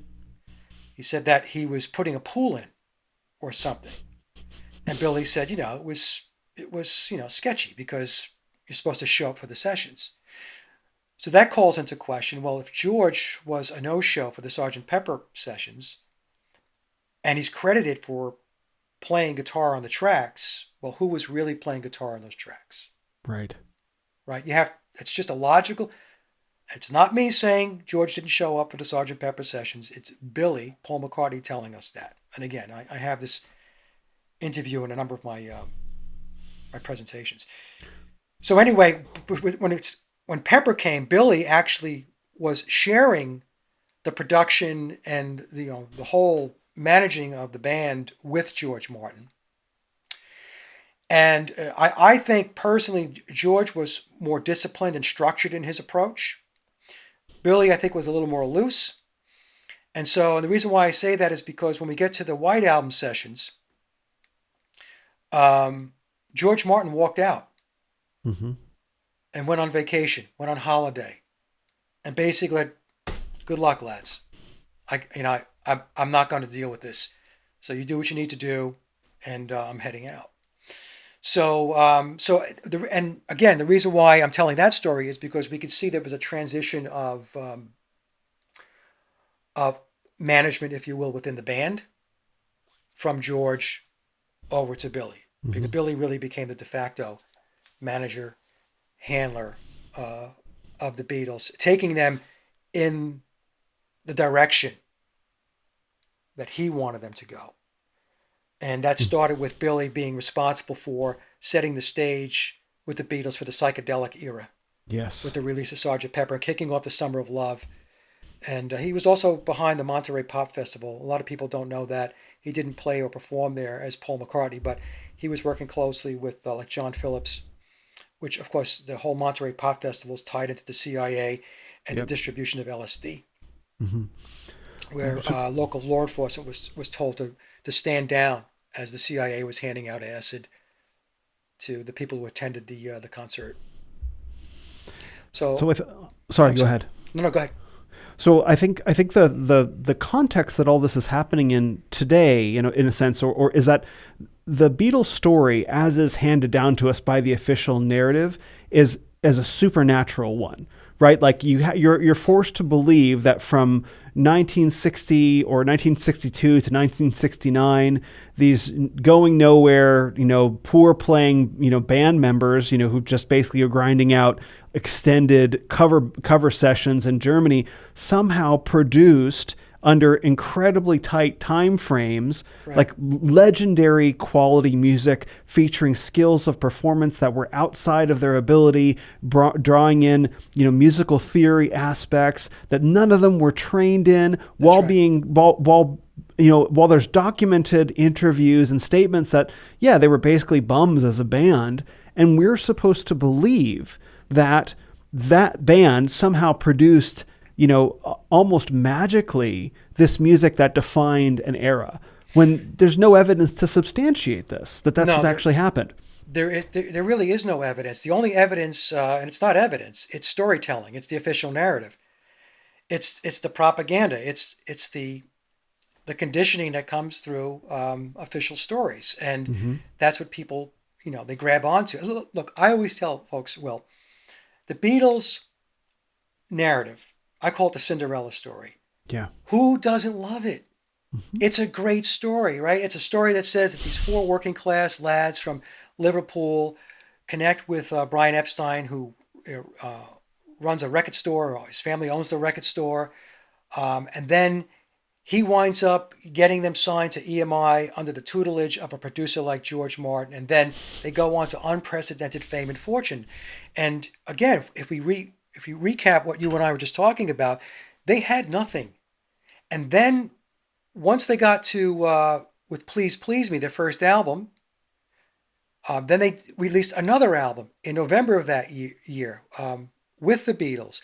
So they went from not being songwriters, not being a great band, to then producing in 1963 two albums, Please Please Me and With the Beatles. Each one of those albums has 8 songs. So 16 original compositions by the Beatles and 12 cover tunes, 6 on each album. Okay, so how was that progress? How was that happening? How was that happening, right? So then we get to 1964. And by the way, the Beatles were on the hook for 2 albums a year. That was the agreement that they had with EMI. So, none of this 1 album a year or 1 album every 2 years. They had to produce 2 albums a year. Again, coming from a band that showed no songwriting aptitude and that were mediocre at best as musicians. They were a bar and club band. But when you listen to the Beatles recordings, that's not a bar and club band you're listening to. I actually have backing tracks that were given to me by a friend of mine, Patrick O'Carroll. And when you listen to the backing tracks without the vocals, it's very clear what you're hearing there. You're hearing session players playing on those tracks, and you're hearing also different styles of guitar playing. There's different drumming styles, different bass playing styles, which means that different session musicians were attending different recording sessions, and so their particular style was being reflected on that song. Now, in some cases, the same session players were playing on many tracks, so you're going to hear the same style, but it does change up. So then what happens is when they get to 1964, by the way, they arrive in America on February 7th of 1964, which breaks down that date is encoded with 9/11. February is 2, 7 is 9, 1964. In numerology, 9 is 0 because anything times 9 reduces to 9. So 1964 becomes 1064. 1 plus 6 plus 4 is 11. It's a 9/11 encoded date. So that gets back into the occult aspects of the Beatles were totally immersed in the occult, totally immersed in Crowleyism, in thelemic principles. So now they release A Hard Day's Night, that album, that has 13 original tracks on it. There are 13 tracks in total. So now they were able to produce 13 original songs for A Hard Day's Night while they were touring, news conferences, and the filming of the movie A Hard Day's Night was sandwiched in between the recording periods, the dates, of recording the album. So they were on a film set, and that was sandwiched in between the recording that was getting done for the album. Mm-hmm. Then they get to the second album for 1964, The Beatles for Sale. It goes back to 8 originals, 6 covers. And then they get into 1965, and that's Help. And Help has 14 album tracks, of which 12 are original compositions. So it's really, really important to understand, folks, what their schedule was like. Hectic doesn't even explain it. They were in and out of hotel rooms. They were doing world tours. They were in Australia. They were in the US. They were in Japan. They were playing in Europe, flying everywhere. News conferences, 2 films. When they did Help, when the Help album, when they were recording that, the same situation we had with A Hard Day's Night. The filming of the Help movie was sandwiched in between the recording period for the record. How was all this stuff getting done? And then I have an interview that John Lennon gave. It was in the UK Independent. They published it a couple of years ago, where he said on the set of Help, they were in a fog, a haze of marijuana, weed. Yep. And that Richard Lester, the director, who was the same director for A Hard Day's Night, had to wrap everything up pretty much by noon, midday, because beyond that, they were useless. Mm-hmm. They were so stoned. So there was no writing of music taking place on film sets. And the proof of that is in an August 5th, 1966 interview with the BBC with John and Paul McCartney said that the Beatles did not write songs in between albums. Mm-hmm. Maybe 1 or 2. And when he said maybe could mean 0. Mm-hmm. He said they wrote in great big batches whenever they had to do an album. So that meant 12, 14 songs. And the BBC reporter, it's interesting, the interviewer, he says to Paul McCartney once he says this, he says, well, it seems almost quite impossible to me to just bang out 12 songs in a short period of time. And then John Lennon chimes in and says, well, it is at times. Yeah. Right? Go figure. So, and in that interview, Paul McCartney says it took them weeks to write just one song. And and the album they were talking about is Revolver, because they had the interview on August 5th of 1966. And that's when Revolver was released. So they were talking about Revolver. So if it took them weeks to write one song for Revolver, and we'll get to, Rubber Soul, that's when we get into the whole situation where Rubber Soul is the silver bullet that, in my view, takes the Beatles' narrative and turns it upside down on its head. Yeah. So anyway, so they get to 1965 and Help, and then, we get into Rubber Soul, and now they're on the hook for that recording session over a 30-day period of time from October 11th. They arrive in the studio on October 11th. Recording starts on October 12th. They finish up late in the evening going into the early morning hours of November 12th, and they are on the hook for 16 songs. Impossible. And they came into the studio with essentially no backlog of music.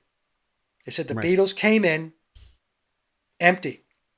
That's the official narrative. They came in empty. And so that's... See, I didn't know anything about the Rubber Soul story. Well, mm-hmm. I was like everybody else. I just didn't pay attention to the time periods, how it was recorded, when we're told it was recorded, and all that stuff. And so I found the series, Deconstructing the Beatles. Scott Fryman is the author of this series. Scott's, he's a musicologist. He's he's very well credentialed, but he presents the Beatles' official narrative. Now, whether he believes it or not, I don't know. But this is what he does with the Deconstructing series. And something told me, a little bird whispered in my head, Mike, pick the Rubber Soul DVD. Don't pick the other ones. Just pick the Rubber Soul one. So, being a musician myself and having recorded and written songs for a long time, when I popped the DVD in, I got 15 minutes into it, and they told the backstory of the Beatles coming off their tour. Then had a 6-week break in which they did not write any music. That's in Mark Lewison's book. Mark Lewison's book says that 6-week period of time between when the tour ended on August 31st of 65 to when they arrived in the studio on October 11th of 1965, they had no work.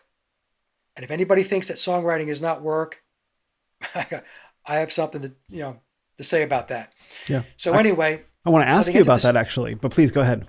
Oh, so they entered the studio with no material. Now, some people will want to argue that they had a little bit of this, they had a little bit of We Can Work It Out, they had a little bit of Michelle, But here's the thing: having a little bit of something. When people bring that up, because what that is rationalization. If you're a songwriter and a musician, and you're really objective and you're honest, if somebody said to you, I need you to write, learn, in other words, teach the other band members, rehearse, arrange, and record 10, 12, 14, or 16 songs in 30 days, you're going to be like, okay, you know what? That's not going to happen. That's not going to happen. No. And that's what happened with Rubber Soul, Will. When I went in there and I looked at that, and when you take a look at how the songs were pumped out, it was conveyor belt stuff. Yeah. It was day 1, day 2, day 3, day 4, day 5. Nobody writes songs and gets them rehearsed and arranged like that. Nobody. No. Because, I don't know if you're familiar with being in a band, being a musician, or you were in the music business. Yeah. But what I try to explain to people is when you write music, it's a creative process that takes time. Mm-hmm. And it's not just about writing music. That's where a lot of people, they get hung up. Oh, I can write. People write me and say, "Oh, I can write that many songs in 30 days." Are you writing good songs? Right. All right. And it's one thing. The Beatles have pretty much all top shelf songs on Rubber Soul. We might argue one or two, maybe, a little weak, but let's just say of the 14, 12 really, really solid songs. Some of them are great songs. It's not an album of one good song and 13 filler tracks. Right. That's the point that people have to understand. Rubber Soul is considered one of their pivotal albums. It's an album which is considered to have really changed the dynamic within popular music. Mm-hmm. Now, some will argue that Dylan set the stage for Rubber Soul, and that's probably true. Although Bob, in an early 2000 interview with Ed Bradley on 60 Minutes, talked about how he made a deal with the chief commander. Mm-hmm. Mm-hmm. Okay, he let the cat out of the bag. Can I comment on that real quick? Yeah, sure. That interview. So I've heard that clip before. They made a deal with the chief commander of this world, this world, the next one, right? In this Bob Dylan way. But I've heard that before. But it's what he said afterwards that was so interesting. Because Ed Bradley asked him, "Could you do that now?" Yes, he said no. Right. He said, "No, I couldn't do that now. I can do other things, but I couldn't do that now." I'd never heard that part of it before. Yeah. That to me was the truly damning part of it. It's like he had a deal to get this done, these legendary songs, and everything else is riding on that. And how many musicians are like that? They've been around. We know their names. They've been around for decades. They had great stuff happening in a defined period of time. And then that period of time ended and they never did anything good again. I think of U2, because U2 is more of my generation, where it's like they had this swing of incredible albums up to the 90s. And then everything they did after that, like completely forgettable. So I'd never heard that portion of the Dylan interview that kind of speaks to that. Yeah. And then Bob said, and then Ed Bradley says, "Well, why do you still do it?" He goes, "Because I have to hold up my end of the bargain." That's right. So Bob didn't say, "Well, I'm going to hold up my end of the bargain as long as I still can pump out great tunes." No, he basically said, I had my time, my period of time where I was cranking out, the classic Dylan pieces, and after that it just kind of waned. But what he was saying is, I'm still on the hook. Mm-hmm. I'm still on the hook for this stuff, you know? Mm-hmm. So going back to Rubber Soul, I just took people through it, and I said the rate and pace just doesn't work. And in a June 1966 interview, this was about a little less than a year after Rubber Soul was put out, the Beatles were at the Hilton in Japan, and they were asked about their musicianship, and Paul McCartney said, we've always said we're not very good musicians. We're adequate at best. Right. And he also said that in the BBC interview 2 months later, on August 5th of 1966. So here's the thing, folks. To get songs pumped out the way they did, cranking them out one after another within 30 days for Rubber Soul, you cannot be an adequate musician. That's right. You've got to be on top of your game. You have to be a crack studio player. You're knocking it out. I mean, there is no room for error. Let's just put it that way. And what it's telling us also, the songwriting process during Rubber Soul, is everything they touched turned to gold. There was no false starts. There were no songs that they got stuck on. There was nothing that they set aside. Everything they started to write, they completed.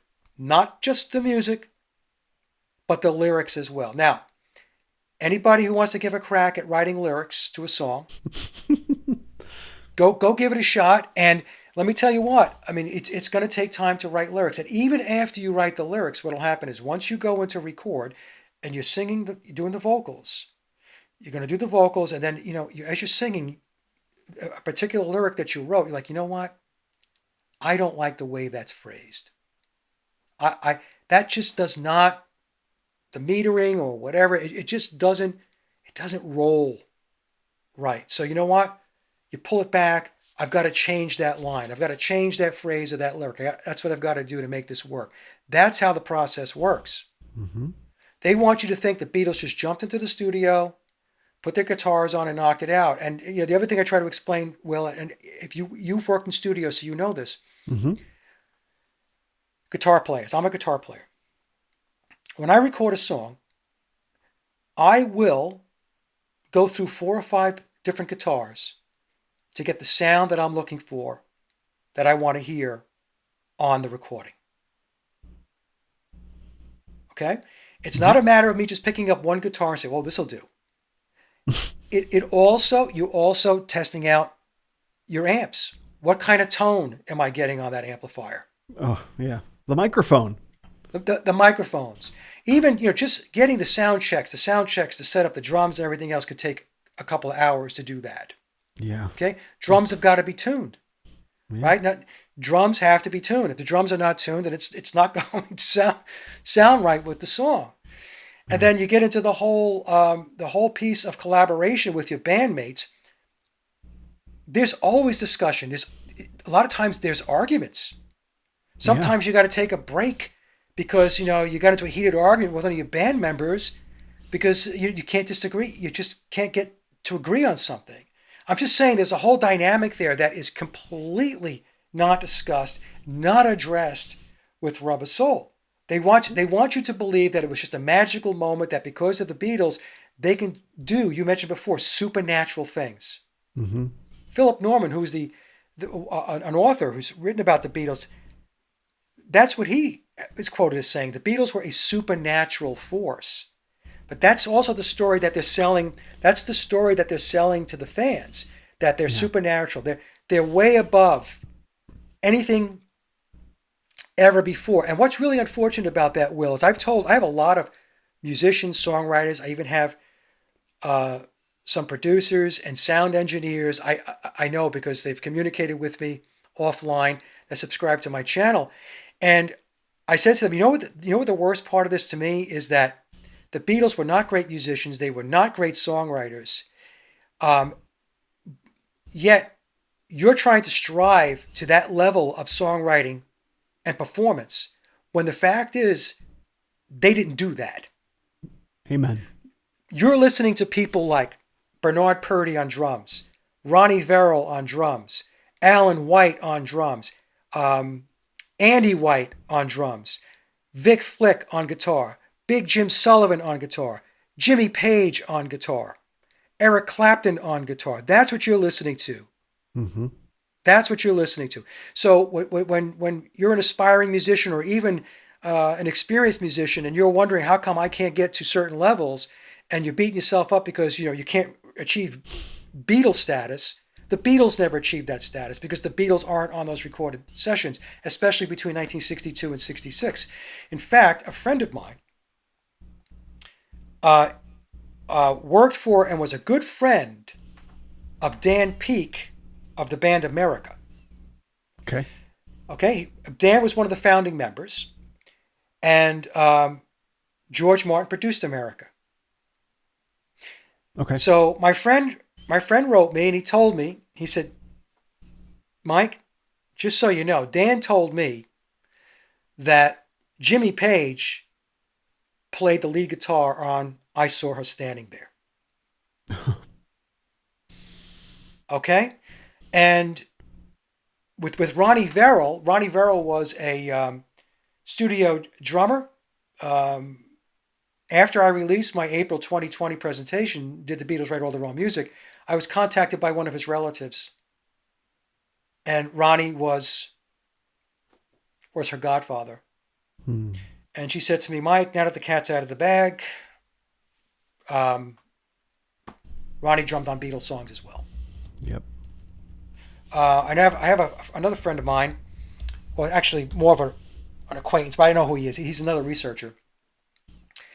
He was doing work for a professional drummer out of the UK.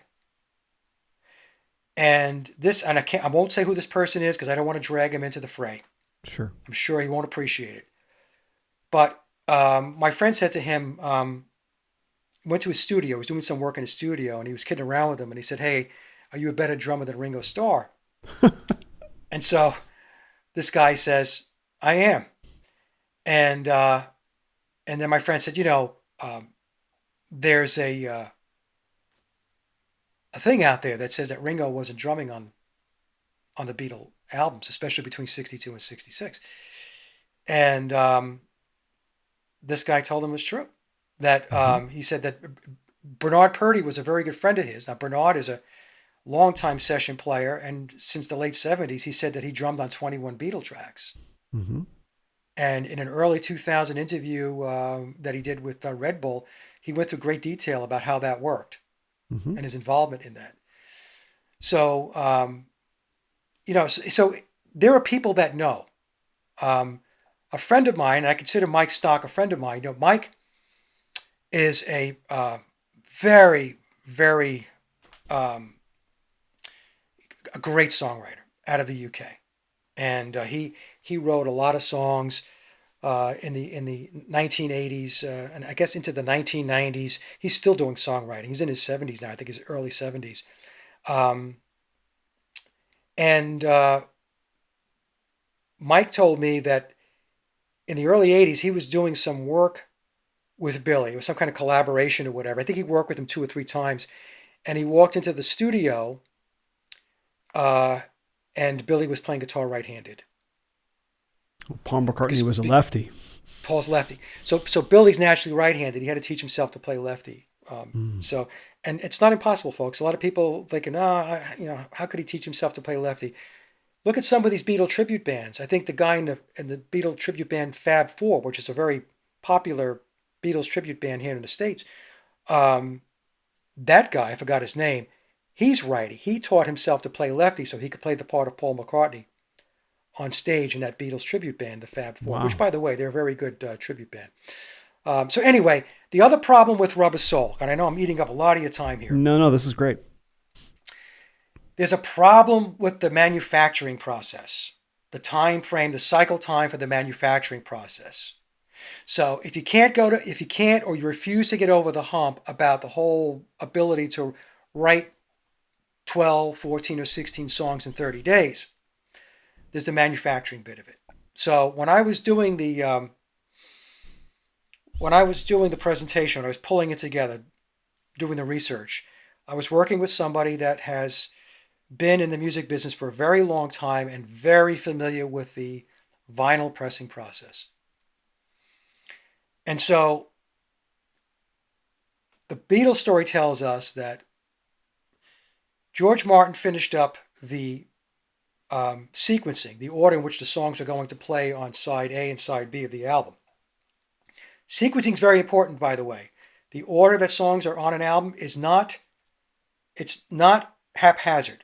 Mm-hmm. It's calculated to ensure that there's the proper amount of dead wax at the end near the label, because as an LP, as a needle or stylus goes across an album, when it gets closer and closer to the spindle, there is the possibility or the propensity for distortion. Mm-hmm.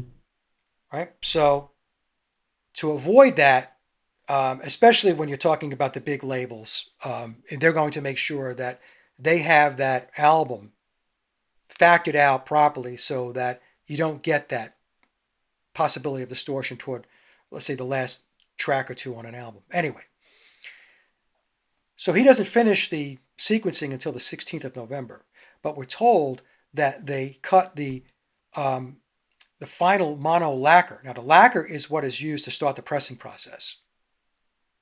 Okay? And in order to have the records out in stores by December 3rd of 1965, now remember, the lacquer's cut on November 17th. It's the day after George did the sequencing. From the 17th to December 3rd of 1965 is 2.5 weeks. So we're to believe that they pressed all of those albums within 2.5 weeks and got them into retail on December 3rd of 65. So somebody might say, well, maybe that is possible. But here's the problem. No, it's not. Without the sequencing being complete, you cannot print the center labels of the album because the center labels have the names of the songs in sequenced order. You also cannot print the album jackets, which have the names of the songs on the back of the jacket, the back of the cover, in sequenced order.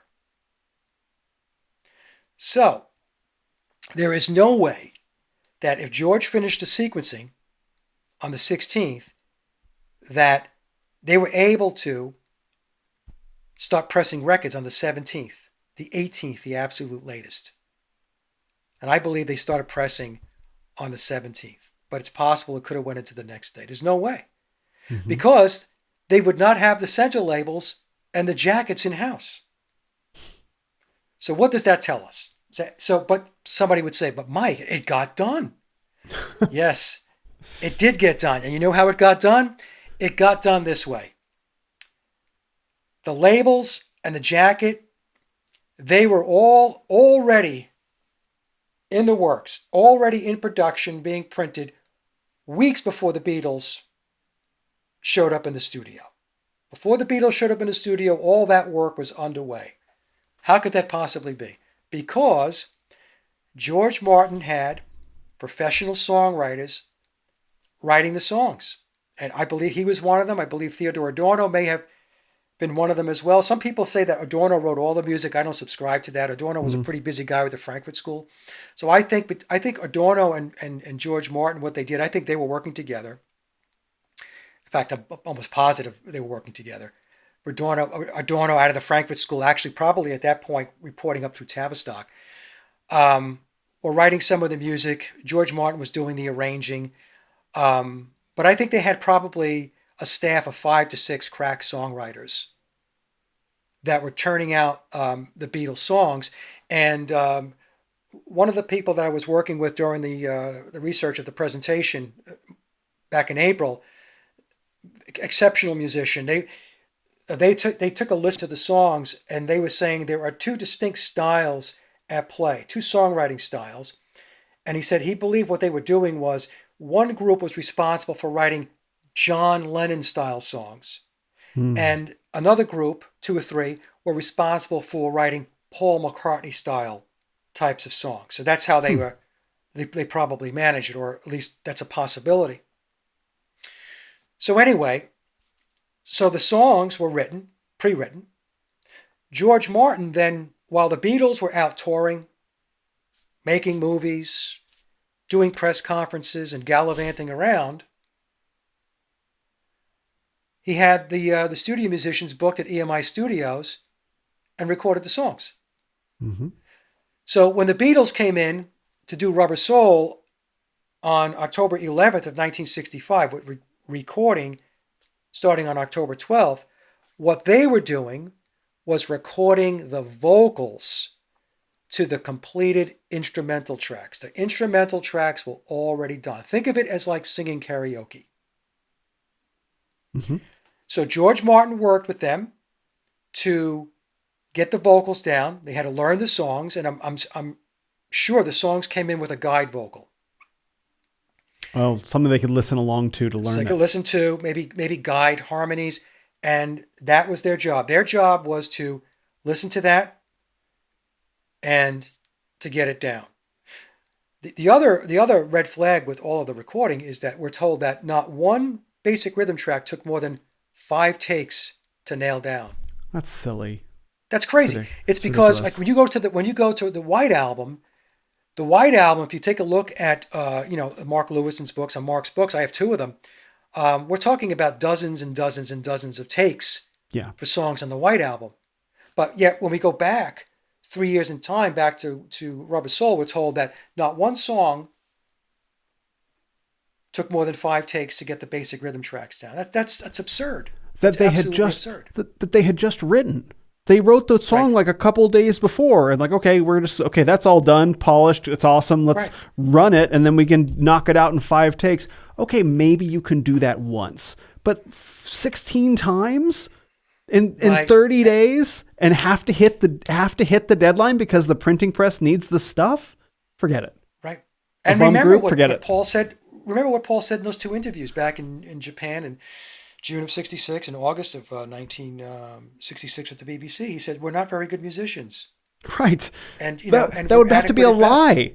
That would have to be a lie. They'd have to say, we get in the studio and we kill it. That's who we are. We show up, because that's what they would have to say if it were true. We get into the studio and we crank out 16 top shelf songs, 5 takes, out the door, and then we're on tour. We're the best musicians that have ever lived, is what he would be saying. Not like, we're okay. Like, that's not what he would be saying. Right. That's right. And the thing is, too, there was a lot of thought given to the sound, the production, and all that stuff. That takes time as well. When you think about what effects are we going to use on this song? What effects go on the guitar? Mixing. What effects, mixing and all that stuff. Exactly. So this is the thing, so what happens is you wind up getting into, people who don't understand the process want to debate you. And it gets frustrating sometimes. I know. It gets frustrating sometimes, I have to admit. But the thing is, I try to do my best to try to point them in the right direction. I don't want to repeat myself. I'll point you to presentations I did where I've explained this, and, you can go listen for it to yourself. So anyway, the point being is, so the manufacturing process didn't work either, because there's no way all of that stuff, the labels, the center labels, and the album jackets could have been printed and ready to go on the 17th when George Martin just finished up the song sequencing on the 16th. And here's the thing. When you press an album, the center label gets pressed at the exact same time as the vinyl is being pressed. Mm-hmm. It's the same process. So you can't even argue that, they put the labels on later. No, you don't put the labels on later. The labels get pressed at the same time that the vinyl is being pressed. And then right after that, they go right into the jackets. They get packaged and they get staged for distribution. And then it goes out to the retail outlets. And back in the day, what we have to remember is there were no big box stores. All these shipments had to go out to all these little mom and pop retail outlets, record stores, in order to get Rubber Soul on the shelves in time for Christmas. That's why they had to hit December 3rd, because they had to make sure they had it in stores for a Christmas release. Otherwise, EMI would have been out a tremendous amount of money. Mm-hmm. That was one of the many convicting things for me, is EMI has invested millions of dollars in 1960s money, right? Not even millions of dollars today. We're talking 1960s money to make sure the Beatles, who are the biggest deal in the universe, to make sure that their Christmas album hits stores on time. right? Otherwise, they're out. And so you're telling me that the Beatles walked into the studio 45 days before the deadline from EMI having millions of dollars with 0 songs written, and EMI is just trusting that they're going to show up in the studio and they're going to write the lyrics, they're going to write the music, they're going to learn the lyrics and the music to perform it. It's going to get recorded, mixed, mastered, sequenced, and pressed all within 45 days, or this giant record company with the biggest band in the universe right now is going to be out millions of dollars. I'm sorry, that's not how reality works. That's not how reality works. Exactly. Yeah. But so, and the other thing too, I should mention is we're going back to the musicians. Back in 1968, I think it was July of 1968, Glenn Campbell, who was with the Wrecking Crew. Yeah. So the Wrecking Crew was responsible for just about all of the pop music recordings in the 60s and 70s in the United States, and also going into the UK. And the UK had their version of the Wrecking Crew, session musicians that were going from studio to studio playing on different artists' records. But in July of 1968, Glenn Campbell, who was an unbelievable, fabulous guitar player, a virtuoso, was co-hosting the Smothers Brothers Comedy Hour. And he's introducing Cream. That would be Eric Clapton, Ginger Baker, and Jack Bruce. And during that introduction to Cream, he says, these guys were the cream of the crop. They were top studio musicians, and they played on records for the Beatles, the Rolling Stones, Tom Jones, the Smothers Brothers themselves. So it was very interesting that we had Glenn Campbell letting the cat out of the bag unintentionally. Sure. I mean, I'm sure it rolled off his lips because all of these guys know each other. Like Glenn Campbell knows Eric Clapton, Clapton knows him.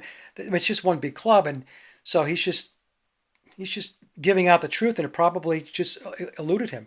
Now, the other point I want to make, Will, you talked about getting all this stuff done in 45 days, and EMI would have been it would have been a big, gigantic problem. A lot of people would have lost their jobs if the Beatles didn't crank out that album. That's right. There was the point I was going to make. It was on that. So I mentioned before that they were on the hook for 2 albums a year. So 1963, with everything going on, they still found time to write music. 1964, 2 albums, a film, still found time to write original music for those albums. 1965, the beginning of 65, they put out Help, able to crank out 12 original tracks for the Help album. By the way, I'm not even counting the singles they put out, okay? I'm just talking about the album tracks right now. Then something happened after Help. Everybody fell asleep at the switch. Everybody nodded off because evidently it didn't dawn on them that they were responsible for or on the hook for another album later in the year for Christmas in October of 65 per their contract. Might want to get on that. So how is it that the Beatles, nobody was pulsing them? Like, as an example, after Help was done, you could see they take a little break or whatever, and then you would assume Brian Epstein, who was their manager, would say, hey guys, we got studio time booked in October, so how many songs we need, Brian? I don't know, 14, 16 songs? Okay, we'll get right on that, right? Evidently, that conversation never took place. And if you take it a step further, George Martin would have had that conversation as well. So George Martin would have either had that conversation with Brian Epstein, hey, how are they doing on the songs? Because we've got to get things nailed down in October. Or he would have contacted the Beatles themselves and said, hey, lads, how are we coming along with those 14 to 16 songs? What? We haven't started, George. So the thing is... What? Yeah, right. So the thing is to believe that for the first 5 albums that they found all the time, or I should say the time needed to create original music for those albums, to record them.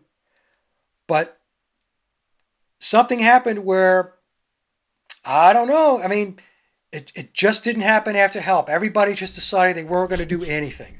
They weren't going to do any songwriting, and, we're going to, okay, well, that's fine. Then we're just going to have to write from scratch in the studio. It's a ridiculous story. It's ridiculous. The reason why the Beatles didn't write anything from between Help and Rubber Soul is because they weren't writing the music. It was being written by professional songwriters. And some people, folks will say, well, who are these songwriters? I don't know who the songwriters are. Nobody's going to know who these songwriters are. You have to understand the Beatles are a deep state psychological operation that were put in play. They were the first band with the mission to social engineer the world. Mm-hmm. And it would be like asking, give us the whole lowdown on some other big conspiracy. Who were the shooters in the JFK? How come we don't know that? How come nobody has said anything? You have to put it in those terms. It's just too big, and because it's so big, and because it's so important. Anytime you watch a documentary about the Beatles, anytime you read an article about the Beatles, what is it that they always say in every single one of those articles or those presentations? The Beatles were a cultural phenomenon. Mm-hmm. They changed culture. Mm-hmm. That itself should tell you what was going on there. They changed culture. Culture was not the same. Music was not the same after the Beatles. The Beatles were the foundation that Tavistock and the Frankfurt School established that all other genres of music were built upon. And the reason for different genres of music is because they know they've got to move on, and then they've got to touch a different population, a different generation, a different demographic. Mm-hmm. And think about punk in the 1970s. Yeah. What's a punk? A punk is a low life. Go look it up in the dictionary. Punk music, low life music. Mm-hmm. So, and think of the other terms. Grunge music. Grunge. That's an interesting term as well. Mm-hmm. And so the thing I tell my audience, Will, is the music and entertainment business is completely controlled cradle to grave. Yeah. Cradle to grave. And people will say, well, does that mean everybody is in on it? No, it doesn't mean that. There are those that are born into the system and they get very prominent roles, like Billy Shears, which, by the way, in the book, he says his name is William Shepard. Some people think his name is William Campbell. I had a person come on, a great researcher, Stacy. She believes his bloodline actually goes back. It's blue blood going back to the Douglas Hamilton and Percy bloodlines in Scotland. And if anybody's interested, I'll send the link over to Will. Take a look at that presentation because Stacy does an unbelievable job, and it's very, very compelling. I mean, can I say, definitively that it's true? No, I can't say that, but it's very, very compelling. She did a great, great job of breaking it down. So that's the Beatles, social engineering, and they, like I mentioned, Will, Crowley's fingerprints, as far as his thelema, his Aeon of Horus, is all over them. And I don't mean the Beatles individually, although clearly when you read the memoir, if you read the memoirs of Billy Shears, it's very clear that Billy himself is an occultist. Mm-hmm. But the other band members, I'm going to say that they were probably aware of occultism, but they didn't have the depth of knowledge of the inner circle around them, what they were putting, how they were encasing them in occultism.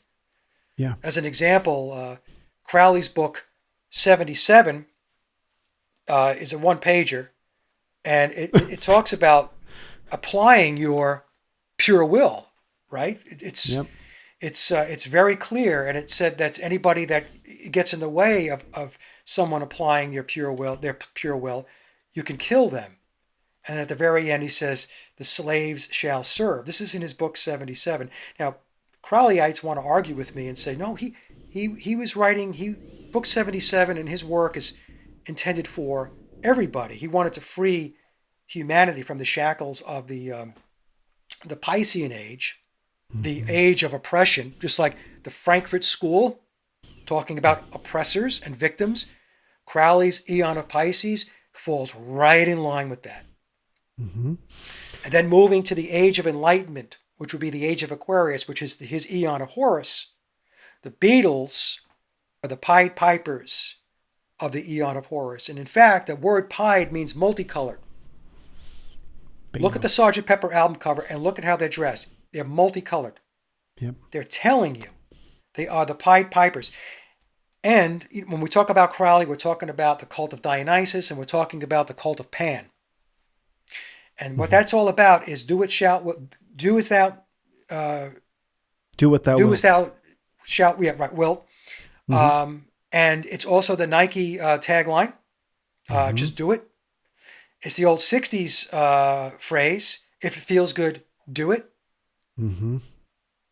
And before the Beatles, it goes back to like the we talked about it before, the beat movement, the hedonism, and it goes, and they always tied the beat movement into jazz. Now I'm not picking on jazz music, okay? We can. Jazz is about improvisation. Yeah, it's about solo performance. And yes, and it's about breaking out of the structures. And improvising. And that's why, like when I watched an interview one time with Kerouac, and they introduced it in the beginning, and there was jazz music played. And you'll see that a lot in a lot of these movies where they, back in the 50s and the early 60s, where they depict the beatniks, you're always going to get jazz music. So they were making a tie into that as well. And like I said, I'm not going to beat up on jazz music. I have some jazz records, okay? So, but I'm just saying that they like to make these connections. That's what they like to do, because they're, not only are they trying to manipulate you and create behavior modification through social engineering, but they're also communicating to their inner circle with this stuff, with their symbolism and how they present. There are so many pieces to it. It's so complicated. It's so interlinked, and music plays such a central role in American and Western culture today, particularly pop music. And that in many ways began with the Beatles. Like, I describe the Beatles as the spearhead, and this was originally my interest in them.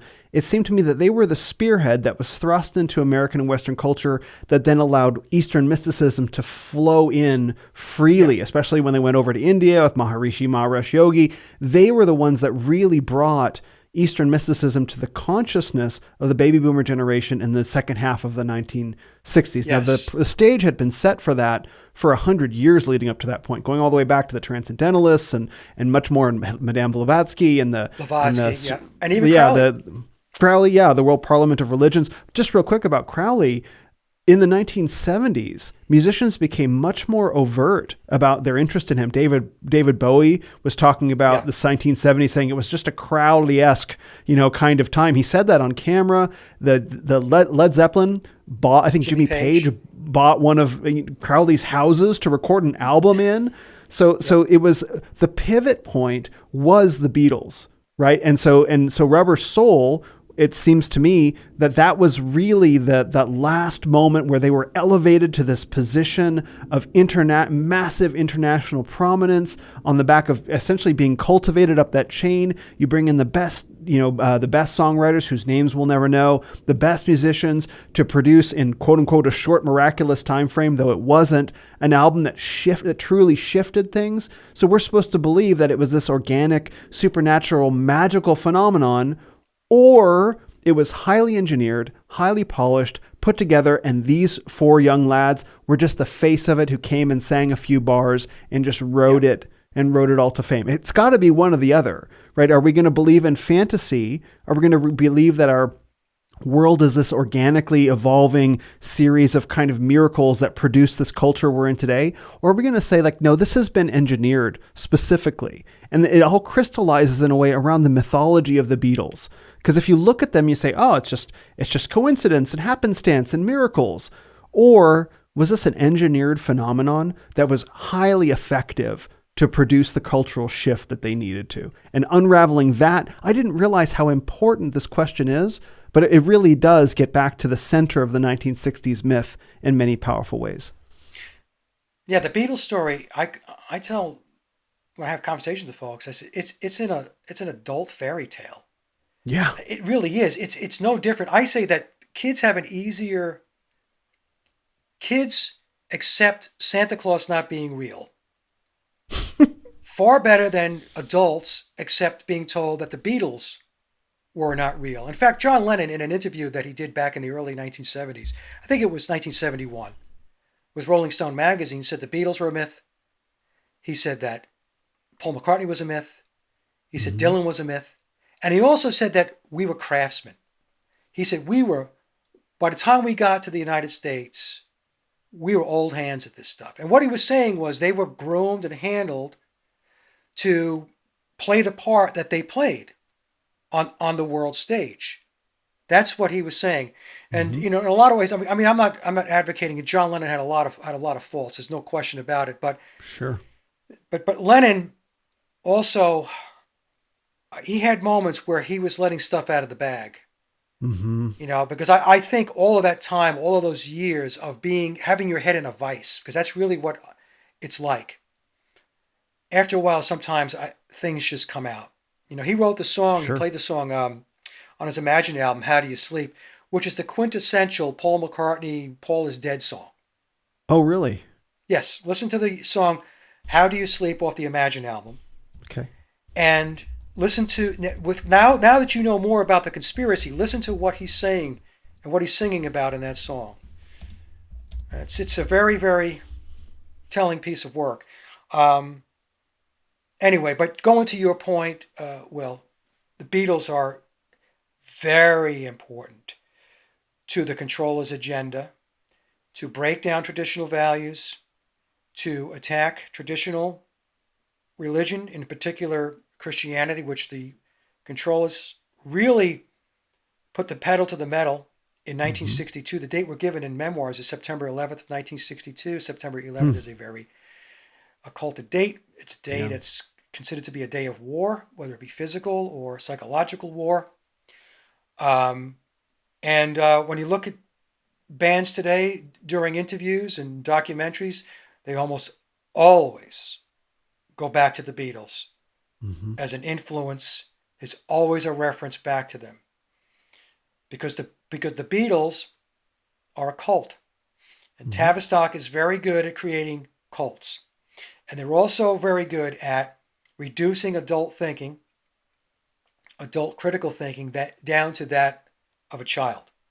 Because when you get an adult down to childlike thinking, what happens is they no longer logic and reason the proper way, in a critical way. They come from a position of emotion. They're very emotional. And we see this all the time. And when people become emotional, they lash out, they become belligerent, they become nasty, they name call. And all they want to do is to get back in their comfort zone. They don't want to critically think. And that's what Tavistock does with these bands. They did it with the Beatles. I mean, when I look at the comments section underneath a official narrative, official story Beatle documentary or video, read the comments. These are adults. These are boomers. These are people who are 60, 70, maybe even 80 years old. And the comments, they're like teenagers. Yeah. Just gushing about this and that. And, because what Tavistock wants to do is to take them back to an earlier time, back to an earlier age, so that you don't, and get you lost in fantasy, to get you lost in escapism, so that you don't focus on the real issues, the real things that are going on in the world. And again, it's not just the Beatles.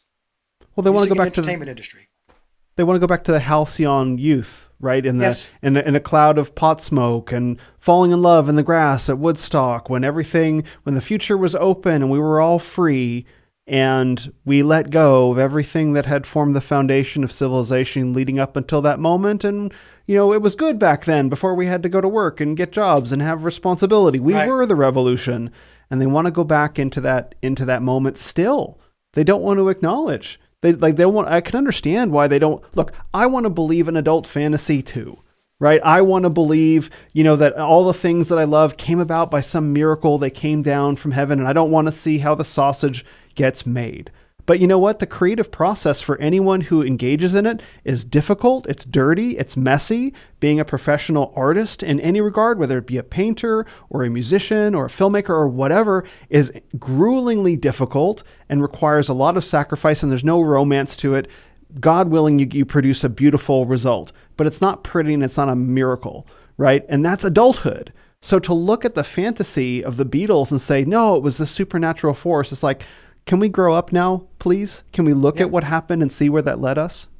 They like their worship is gods, right? So we have the lower level gods, and that's what your entertainers, your celebrities, your musicians, your artists, and your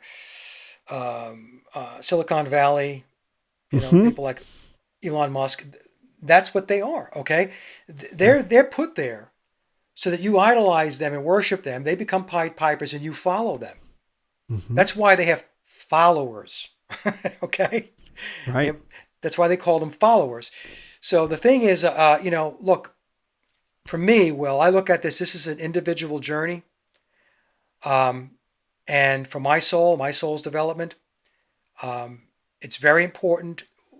Another, like I mentioned earlier, they want you disconnected from source. They want you disconnected from God because that gets in their way. They cannot get things done if you have a belief in a creator, a God, or source. They just, because they don't want that. Why is that? Because they want to be the gods. As I mentioned earlier, Yuval Harari says we have become gods through their technology. And you are a hackable animal. I am a god. You are a hackable animal, right? And that's why they've been plugging away at transhumanism for 20 years now. And that's the thing, Time. They think time is on their side. I mean, at least I think they thought that. I think now they've reached a point where they're seeing that more and more people are waking up and questioning things. So I think the easy street is not as easy as it used to be. I'm not saying that, they're getting a tremendous amount of pushback, but I think that they sense that more and more questions are being asked, even if somebody's not fully attuned to or awake to everything I took everybody through here. They know something is wrong. And they know something is broken, very broken. And people are starting to ask, some very important questions. So. Do you have time for a couple more questions? Because you brought up a few things. Okay, cool.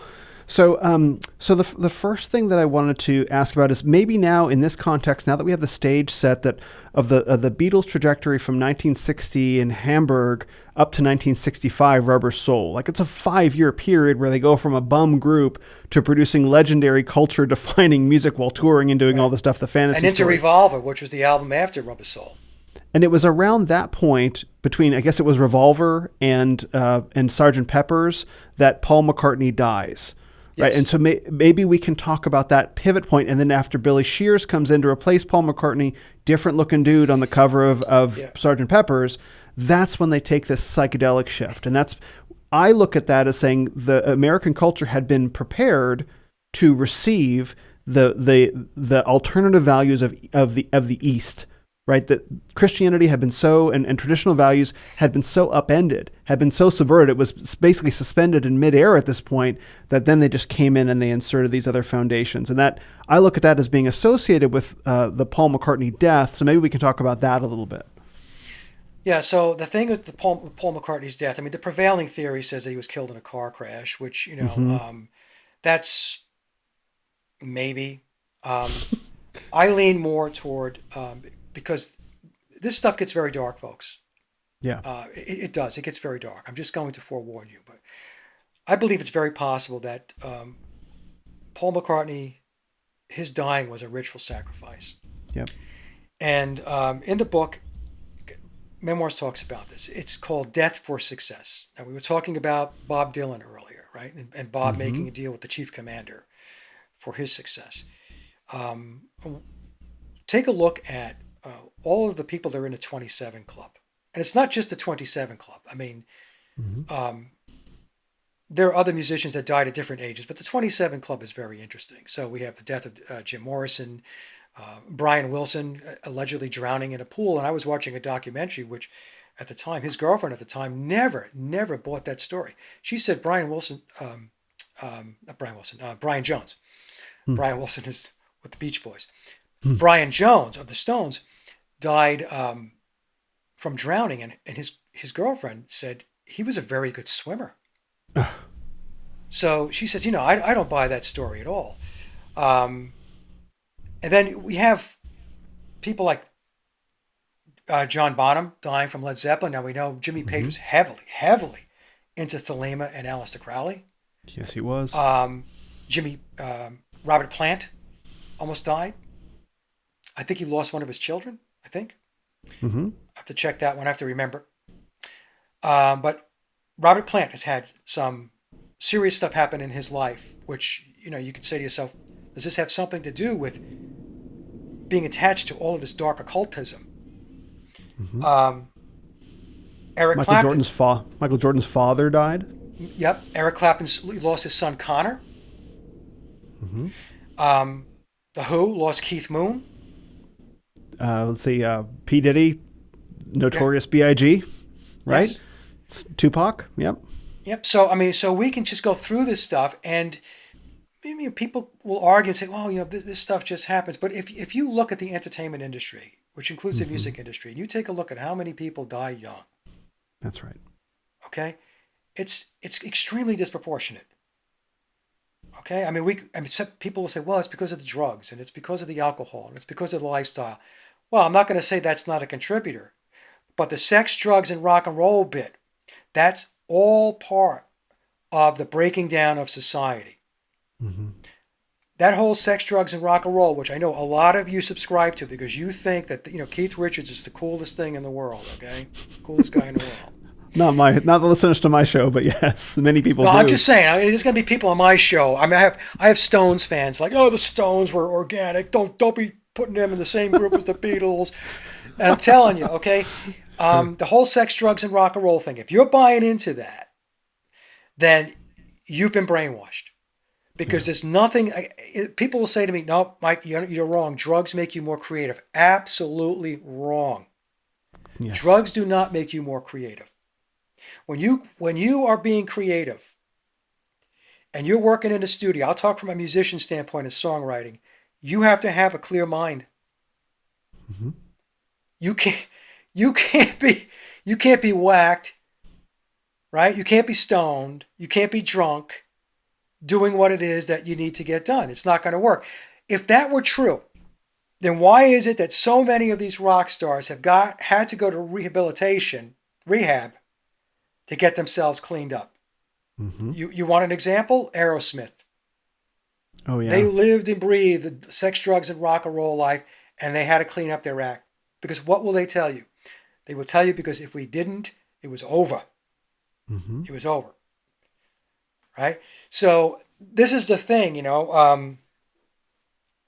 so the lifestyle, that can contribute to it. But that doesn't mean it's still not part of the dark occultism, because the sex, drugs, and rock and roll, that whole mythos is part of the occult aspect of all of this. Mm-hmm. It's part of the propaganda, the conditioning, and the brainwashing that they're selling to the masses. So I didn't mean to go off on a diatribe there. No. Well, sorry. No, that's fine. So this leads into the discussion of what happened with Paul. Paul died. What, did he just randomly die in a car crash and it was covered up, or was it a ritual? One of the first, perhaps, ritual sacrifices for fame and fortune? Because from my own experience, I know more about the Beatles, the second half of the Beatles, than I did about the first. I sort of had heard a little bit about Help and all that, and I think I'd never really heard or understood the significance of Rubber Soul until I started watching your videos. I knew about the White Album. I knew about Sgt. Pepper's, right? That's all the stuff that I was familiar with. That's the stuff that, at least for me, carried on through the ages, and that was post-biological Paul. And that's the stuff that really cemented them as true culture shapers. Rubber Soul and Revolver were great albums, but it's the Eastern influence, it's the experimentation, it's the drugs, it's all of this. That's what I remember the Beatles for, not having lived through that era. And so that doesn't come about, again, by accident. No. None of these stars, they're not organic. None of them, right? No, they're not. They're not. Yeah. And you're on a good point, because just a lot of researchers who do this work will only focus on the replacement of Paul McCartney from late 66 on, basically calling out that Billy is not Paul McCartney. Mm-hmm. That's okay. That's important. That's important to cover that. But in order to get to that point, in order to get to the psychedelic era, in order to get to all the social engineering that they were involved in, that they were putting across to their fans and to the masses, you had to understand the setup. How did they get there? How did they have the momentum and the progress to be able to get to the point where they had that much clout? Yep. And the thing is, and they still had, and I'm not downplaying the amount of clout they had from 62 to 60 through 66, though. I mean, because that was what they did. What Tavistock did was to do things incrementally, because they knew that they couldn't come out with Sgt. Pepper in 1962 or 63. It just wasn't going to work. So they started very, very methodically. So the first album, Please Please Me, with the Beatles, just straightforward rock and roll numbers with, 8 original compositions, 6 covers that people were familiar hearing. It was a process of acclimation and a process of people assimilating and taking it in. And it was a slow, incremental transformation from where people used to be. Let's just pick a time, 1960, to where they were at by the time they got to 1966. Like, one of the things I point out to folks, to your point, Will, take a look at what society was like in 1960. Fast forward to 1969, and you've got Woodstock. Mm-hmm. In less than 10 years, they took it from the cultural and societal norms of 1960 to Woodstock. Mm-hmm. That's how quickly it progressed. In fact, Woodstock was, we talked before about the Aquarian conspiracy. That was, the tagline for that was, it said Woodstock, and I believe it said an Aquarian exhibition. Yes, it did. So they just popped that right in there. And because people don't really understand what is, the Aquarian exhibit, they don't ask any questions. They don't ask, what does that mean? Why is that there? They just read it and then they move on. But they always signal all the time. They're always signaling. They're always putting symbols out there. They're always, communicating out. And you just have to have the knowledge, at least some level of knowledge, to be able to pick up on it. Mm-hmm. So I think to help you with I think the question you're asking me is, a whole lot of social engineering had to take place between 62 and 66 to set the stage for Pepper and Magical Mystery Tour and the White Album, and then, going out to Abbey Road and Let It Be. But Sgt. Pepper was pivotal. It was really instrumental when it came out. It just blew people away, and it really defined the summer of love and the counterculture at that point in time. Mm-hmm. Mm-hmm. And then you have also, oh, sorry, go ahead. No, go ahead. I'm good. Well, so I remember in your presentations, you talked about Let It Be. About, was it Setback or Get Back? That's right, yeah. Setback. Yeah, right. Yeah. So this shows I've been watching. So the Get Back documentary, I think, was about what was happening with the production of Let It Be. So we have this mythos that in 1965 they get into the studio with allegedly with no songs written or recorded, and in 30 days they bang out 16 original tunes. Then they get back together for Let It Be at the end, like with additional, like they're 9 years seasoned musicians at this point, to try and do something similar at the very end of their career as they're breaking up. I guess the story that I've heard, I don't know if it's true, is that John had gotten together with Yoko Ono and Yoko Ono was breaking up the group. I don't know. I don't know if that's true or not. But then they try to capture quote unquote lightning in a bottle again. What happened during the recording of that album? Let It Be, I'll give you my opinion, was a failure. It was a total failure. And it was Billy's idea, Paul McCartney's idea, to do Let It Be. And a reason why I believe that he wanted to do it was because he knew that there was no documented, genuine footage of them composing and writing songs in the studio. Everything was told in books And you'll get videos on YouTube where you'll hear playing, or you're being told that that's them rehearsing, or that's them writing, or whatever it may be, but there's no footage. It's stills set against audio. And look, folks, I'm going to tell you, audio can be created, audio can be manipulated. Let me run some examples by you, and we'll get back to Let It Be. This audio that you're listening to, how do you know that it's not the studio musicians that are doing takes for the songs that they're recording for George Martin? How do you know that? I mean, you can't see who's playing guitar, who's on drums, who's playing bass, who's playing keyboards. You can't see any of that. You're just listening to audio. How do you know it's not the Beatles practicing the songs that they were taught to take out on the road? The songs that the Beatles took out on the road are songs that they were taught. They would go to EMI studios and they would learn these songs. And all George Martin had to do, or Norman Smith, was to push the record button. Because they knew that this audio was going to make its way out. Now, how did they know that? Because they put that audio out. I'm convinced of that. I mean, there's times where there's bootlegs and stuff like that, but I think with the Beatles, a lot of that stuff was intentionally leaked. The third example would be, how do you know that it wasn't somebody within EMI? I don't want to say George Martin. It could be George Martin. It could be Norman Smith.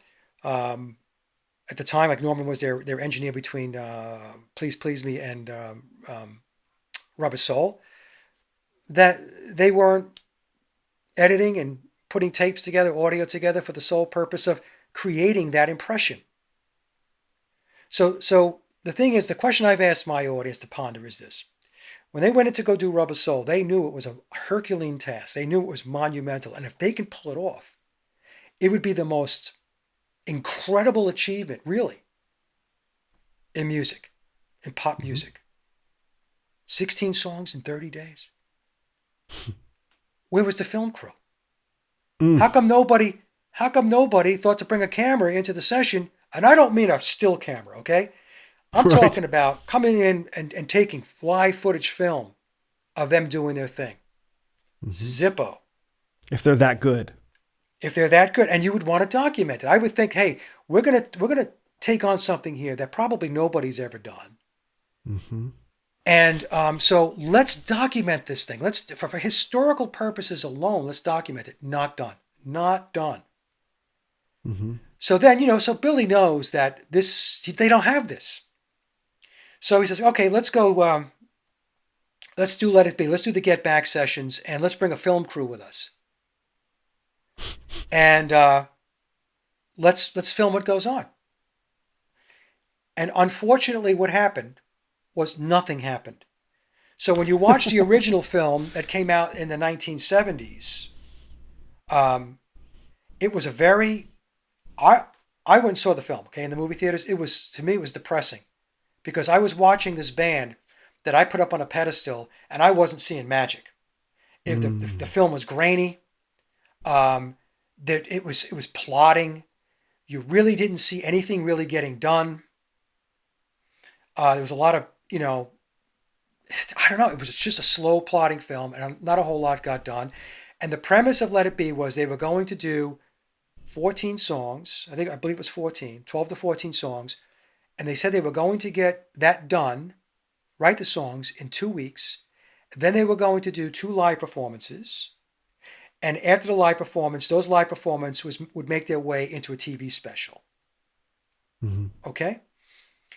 What wound up happening was the 2 weeks ended up becoming a month. The whole month of January. It's supposed to be the first 2 weeks of January. So the whole month of January goes by. And what did they wind up doing? They wound up doing 5 songs on the rooftop of the Apple building. Playing to who? Playing to nobody. They're playing on a rooftop. The only people that can see them were people that were in buildings where they could look out their window and look down at the rooftop. The sound at the street level was completely distorted because it's the sound is echoing off the buildings. Yeah.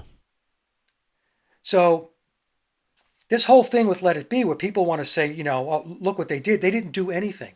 And the other thing that you're not told is that recording for the Let It Be songs went on after January of 1969, bumping right up into early 1970.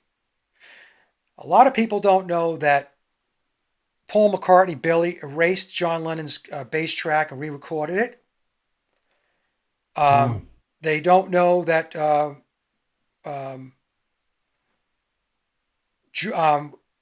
John came in and went in and redid his vocal afterwards. George came in and redid his vocal for You Blue later on. A lot of people don't know that the song I Me Mine that is on the album was a minute and a half of something that George wrote, and Phil Spector, who was the producer at the time, did some producer studio magic and editing and put the song together so that it would flow out to about 3 minutes. Mm-hmm. The song Across the Universe was not written during the Get Back sessions or afterwards. That song is from 1968. We're told that One After 909 was written back in the early 1960s. And I question that, honestly. One After 909 is Crowley's law of reversal, doing things backwards. Mm-hmm. One After 909. So the Book of the Law was published in 1909. Oh, wow. So the one after 909 is 909, and then the one. So it's Crowley's law of reversal. So all of this stuff, I mean, I don't know. So you've got two songs on Let It Be that weren't even written during the from January '69 on. You had, for some reason, Phil Spector put two filler tracks on there, Maggie May and Dig It, which are just throwaway tracks. So when you put it into that context, you have to ask yourself, what did they accomplish with Let It Be? They didn't accomplish anything. Mm-hmm. That brings me to something that Billy said, which validated my research into whether they wrote all their own music or not. So he did an interview, I think it was on ABC, this one. And he starts talking about Let It Be. And he talks about how, I'm going to paraphrase here, that it was an impossible task to get those songs written within a month's period of time. So here you have the guy that most people believe is Paul McCartney telling you they couldn't do it. Mm-hmm. An impossible task. That was in 1969. That was 4 years after Rubber Soul in October of 1965. Let's just say 3.5 years later. So they were able to do it in 1965, but they couldn't do it in 1969 when they should have been better musicians. Mm-hmm. Right? They should have been better songwriters. Mm-hmm. They have all that experience under their belt. They have all of these albums under their belt, all of the studio work allegedly under their belt. And Billy's telling us, hey, well, it was, frankly speaking, it was an impossible task. They weren't even touring. They had stopped touring at that point as well. Yes, they stopped touring right after 1966. They stopped doing it, and they dedicated their time to the studio. Mm-hmm. And part of that reason is probably because if they had put Billy on stage, I mean, it could have been problematic. Who's that? So doesn't look like Paul. So it's Let It Be was an interesting thing, but you got the fan club will sit there and talk about how great it is. And yes, and Peter Jackson, when he did the Get Back documentary, he made the G look like an S. Mm-hmm. Set back. Who's Set? It goes back to the Egyptian mythology. It goes back to to Osiris, Isis, who, by the way, was known as a great magician. it goes back to Horus, the savior god, and Set, the god of darkness and destruction. Yep. So that's why when the World Economic Forum came out and called it the Great Reset, they're talking about the set is back, chaos is back, darkness is back. And when they did Set back, what Peter Jackson was telling us is Set, the god of darkness, chaos, dysfunction, is back. Mm-hmm. And the only way that you get out of this is the savior god, Horus, is going to have to battle Set. And Set is his uncle. And it's the light versus the dark battle. That's where they're going with this thing. That's what they were projecting out. This is what they believe, because their belief system. We talk about Crowley and you talk about everything else about the control system. The whole system's occulted. We're being governed and administered to by occultists. Mm-hmm.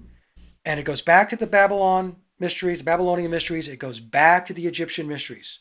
Yes, it does. That is their belief system. That's their spiritual center.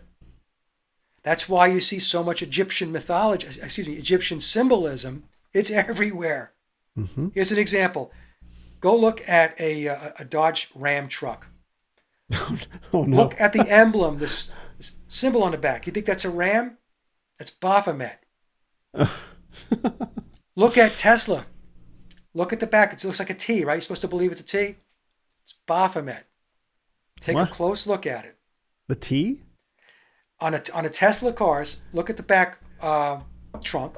Okay. Right? It's supposed to be a T, but when you look at it, knowing what you know, tell me that that's not a depiction of Baphomet. Oh, I see what you mean. Hold on,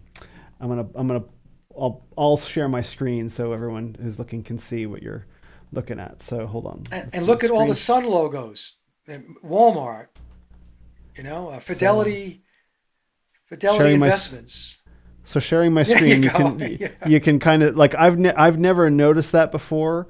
Yeah. I can look at this and I can actually see like ram's horns. Yeah, well, pull up Baphomet. You're going to see that the whole. If you pull up Baphomet, you'll have the horns, and then you have the chevron or the pointed.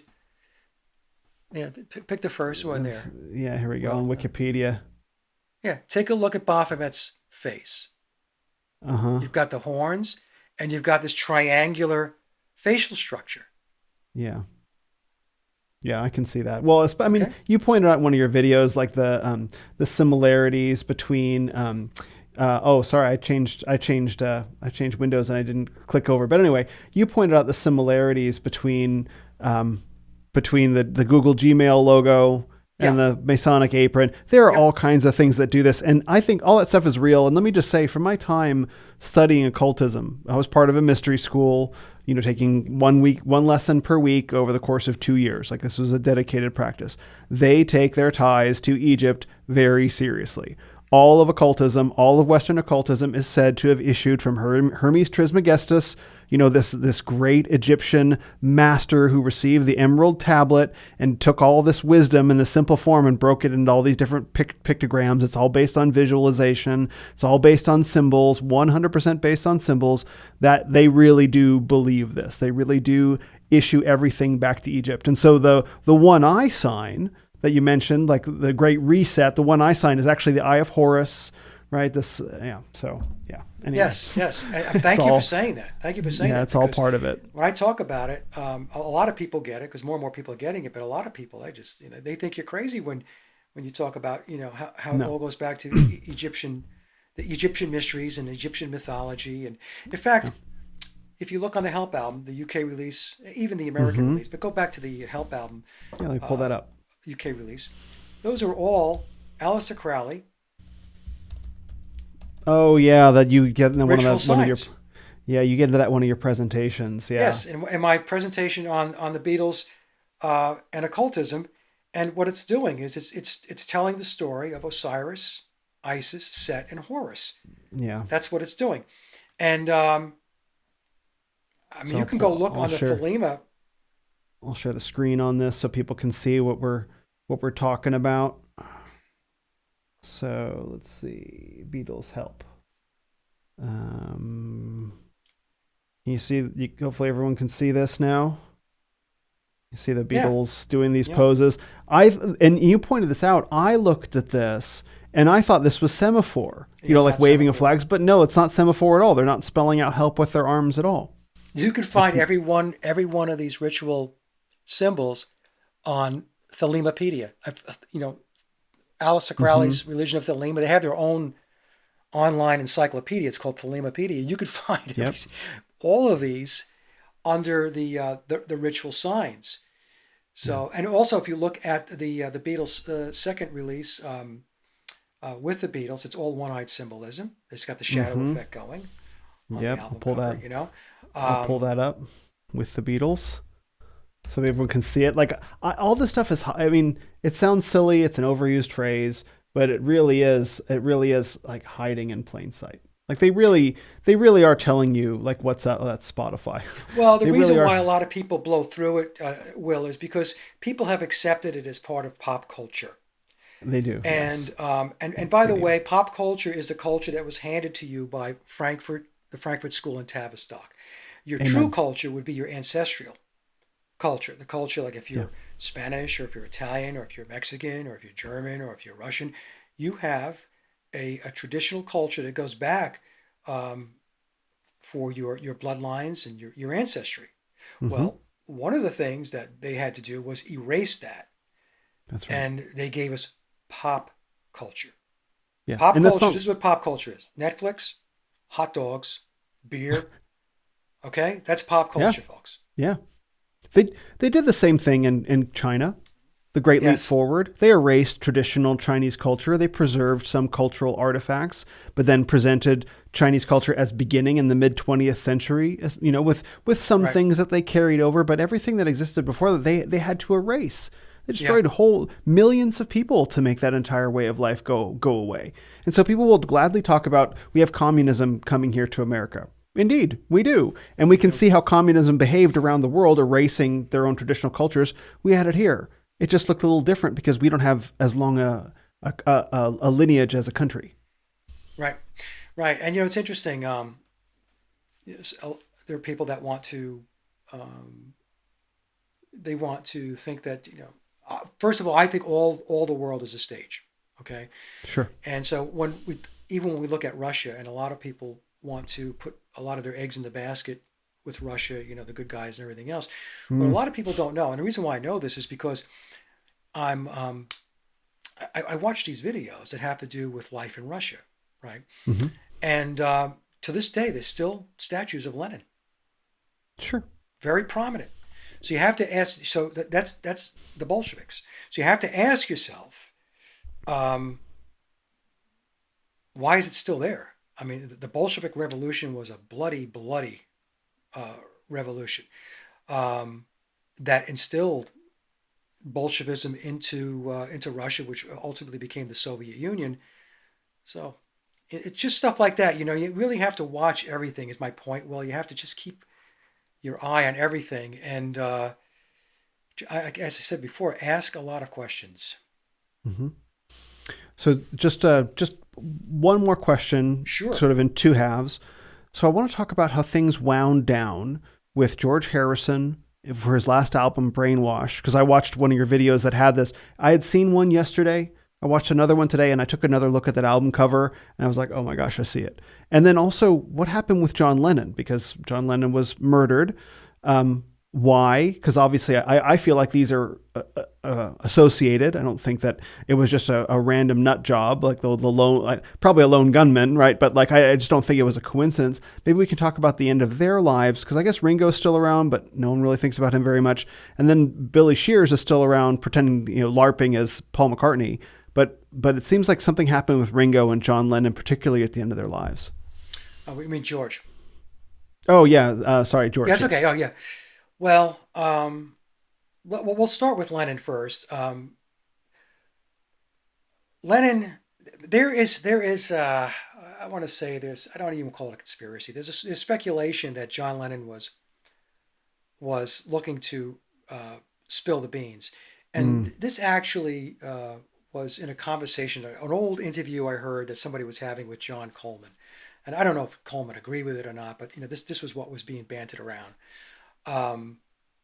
And I don't know if that's the case or not. I really don't. Like I mentioned earlier, John, there were cracks in the dam where he would say things that I'm pretty sure he shouldn't have been saying. Like he was just kind of like pushing the envelope on certain things.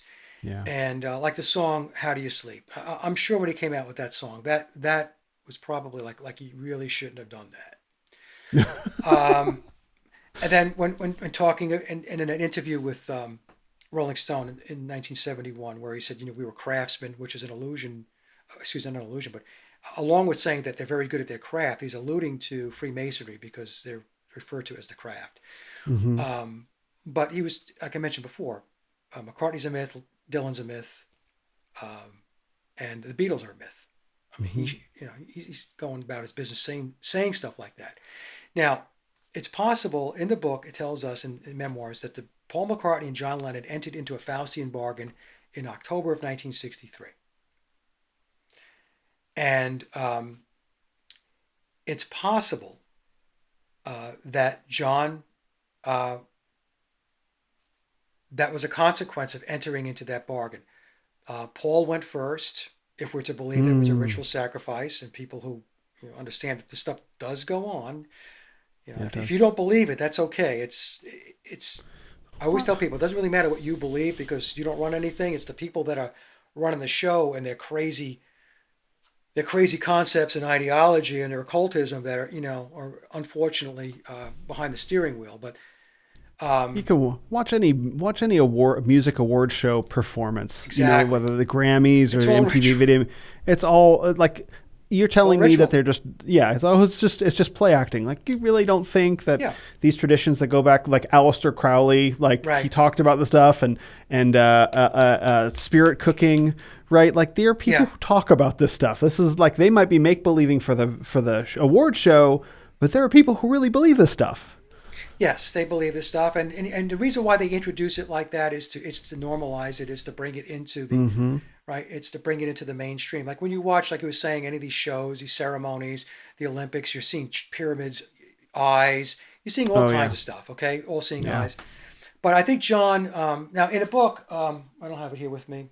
There's a book titled Lennon Prophecy, and the author is Joseph Niezgoda, and Joseph. I think he published a book back in 2008, if I'm not mistaken. He makes a very good case in my mind. I mean, there's nothing concrete, but he believes that Lennon entered into a Faustian bargain in December of 1960. Remember when I said that when the Beatles came back from Hamburg, nothing happened? It was just, right? So he speculates that he may have entered into a Faustian bargain in December of 1960. And he goes into a lot more detail. I'm going to summarize this because of time. And that his Faustian bargain had a 20-year time frame. So his runway was 20 years. So December of 1960 to December of 1980, when he was assassinated, that's the 20-year period of time. In fact, in the book, he gives an example of a Faustian bargain, the actual wording. It's very interesting read, to be honest with you. So that's Lennon's piece of it. And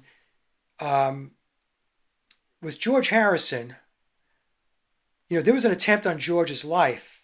I think it was in 1999 at his estate, Friar Park.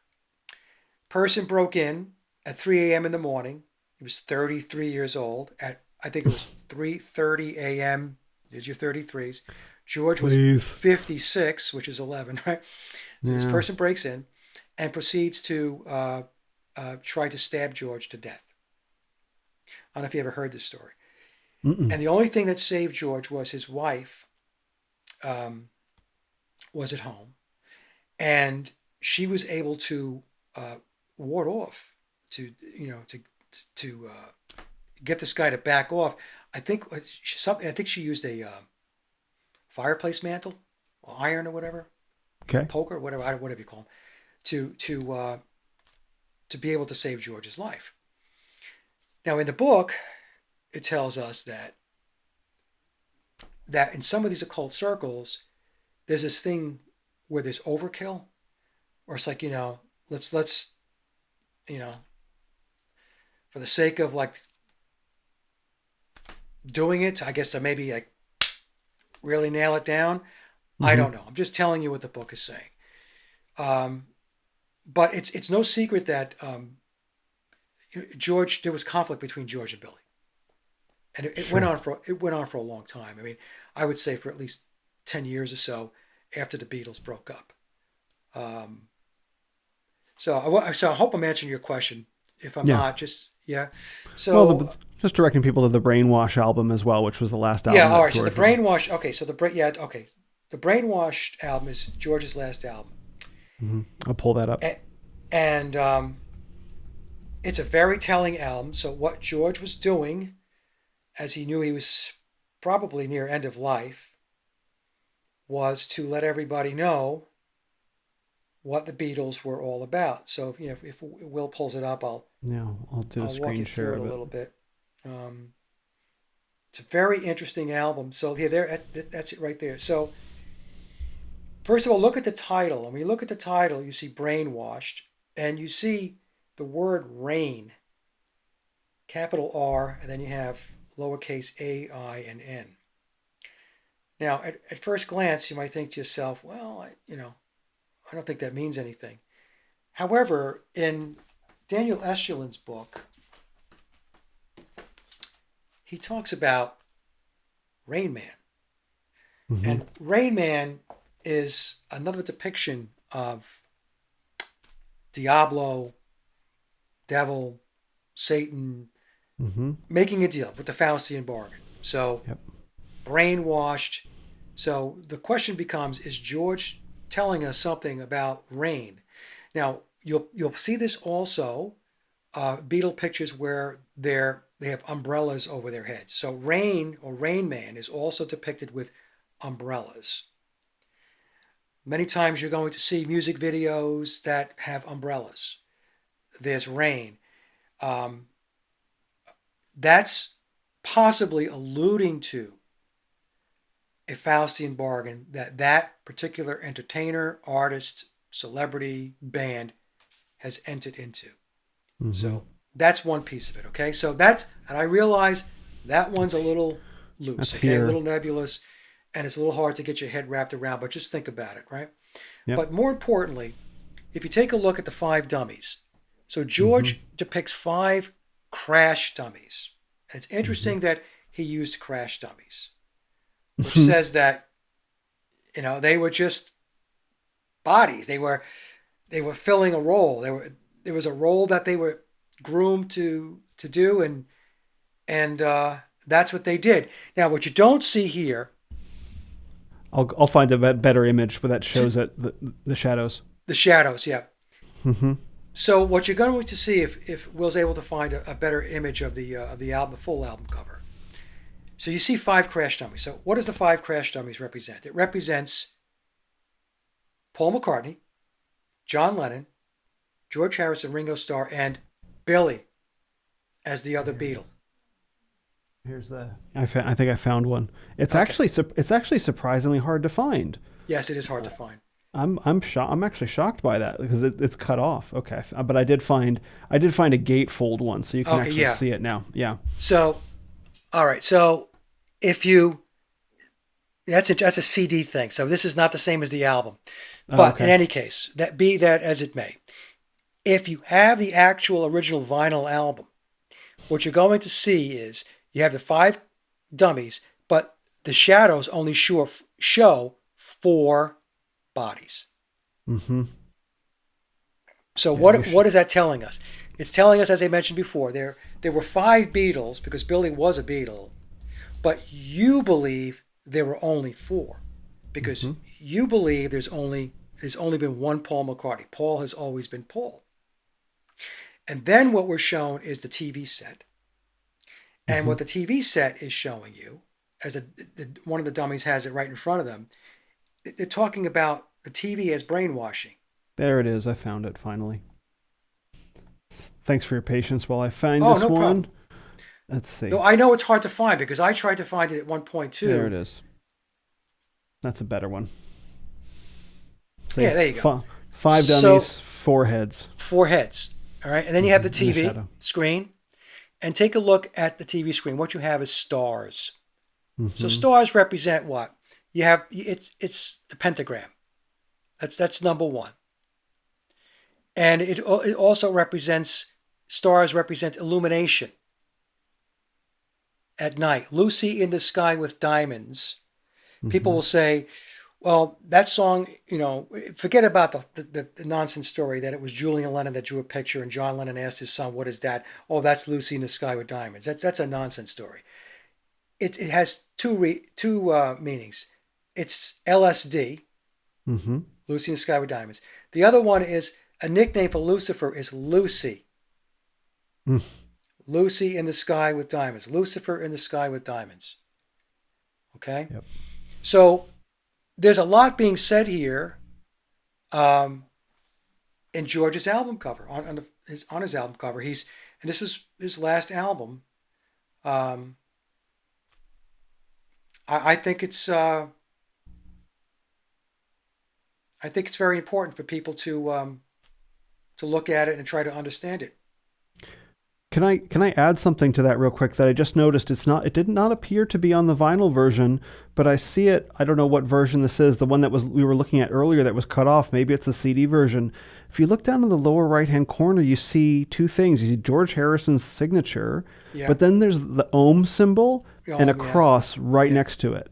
Yeah. That's, first of all, I'm not okay with that. But second, it's really provocative, especially because George Harrison was the one who sang, was it Hare Krishna, Hallelujah? Yes. trying to merge these two.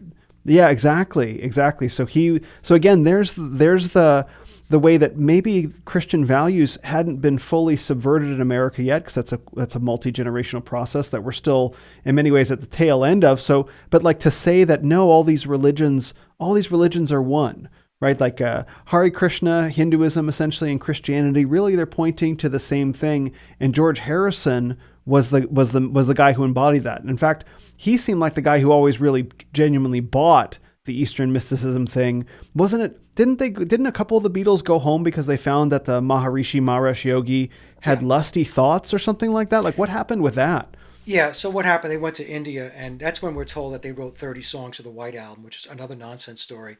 But they go out to India. Ringo was there for 2 weeks because he just couldn't deal with the food, evidently.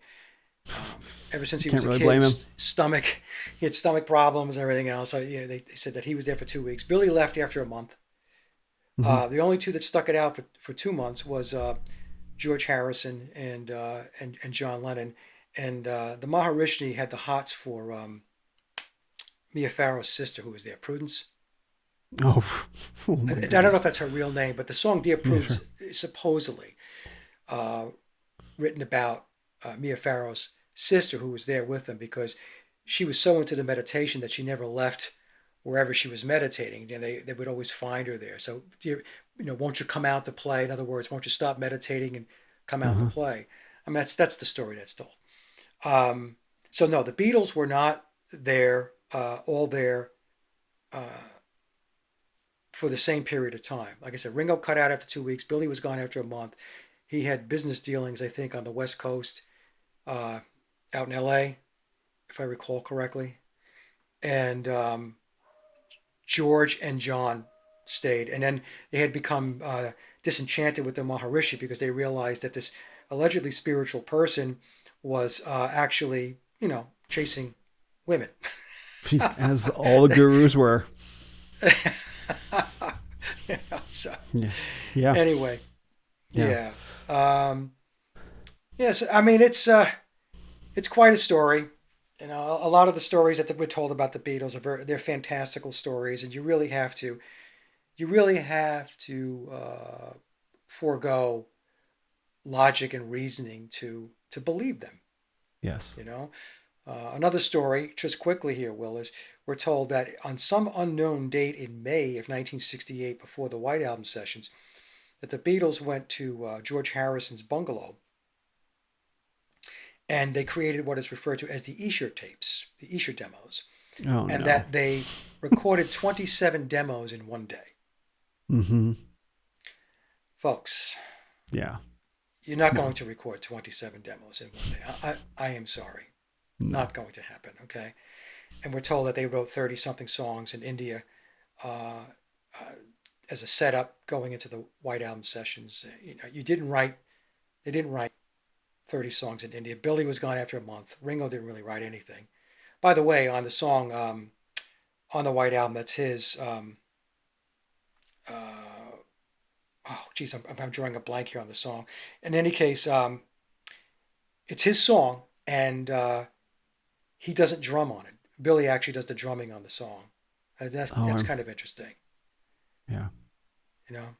And then George and John were out there for 2 months, but they weren't writing music. I mean, first of all, they had all of these activities they had to do with the Maharishi, and they had to meditate and do this and do that. And they went down there with an entourage.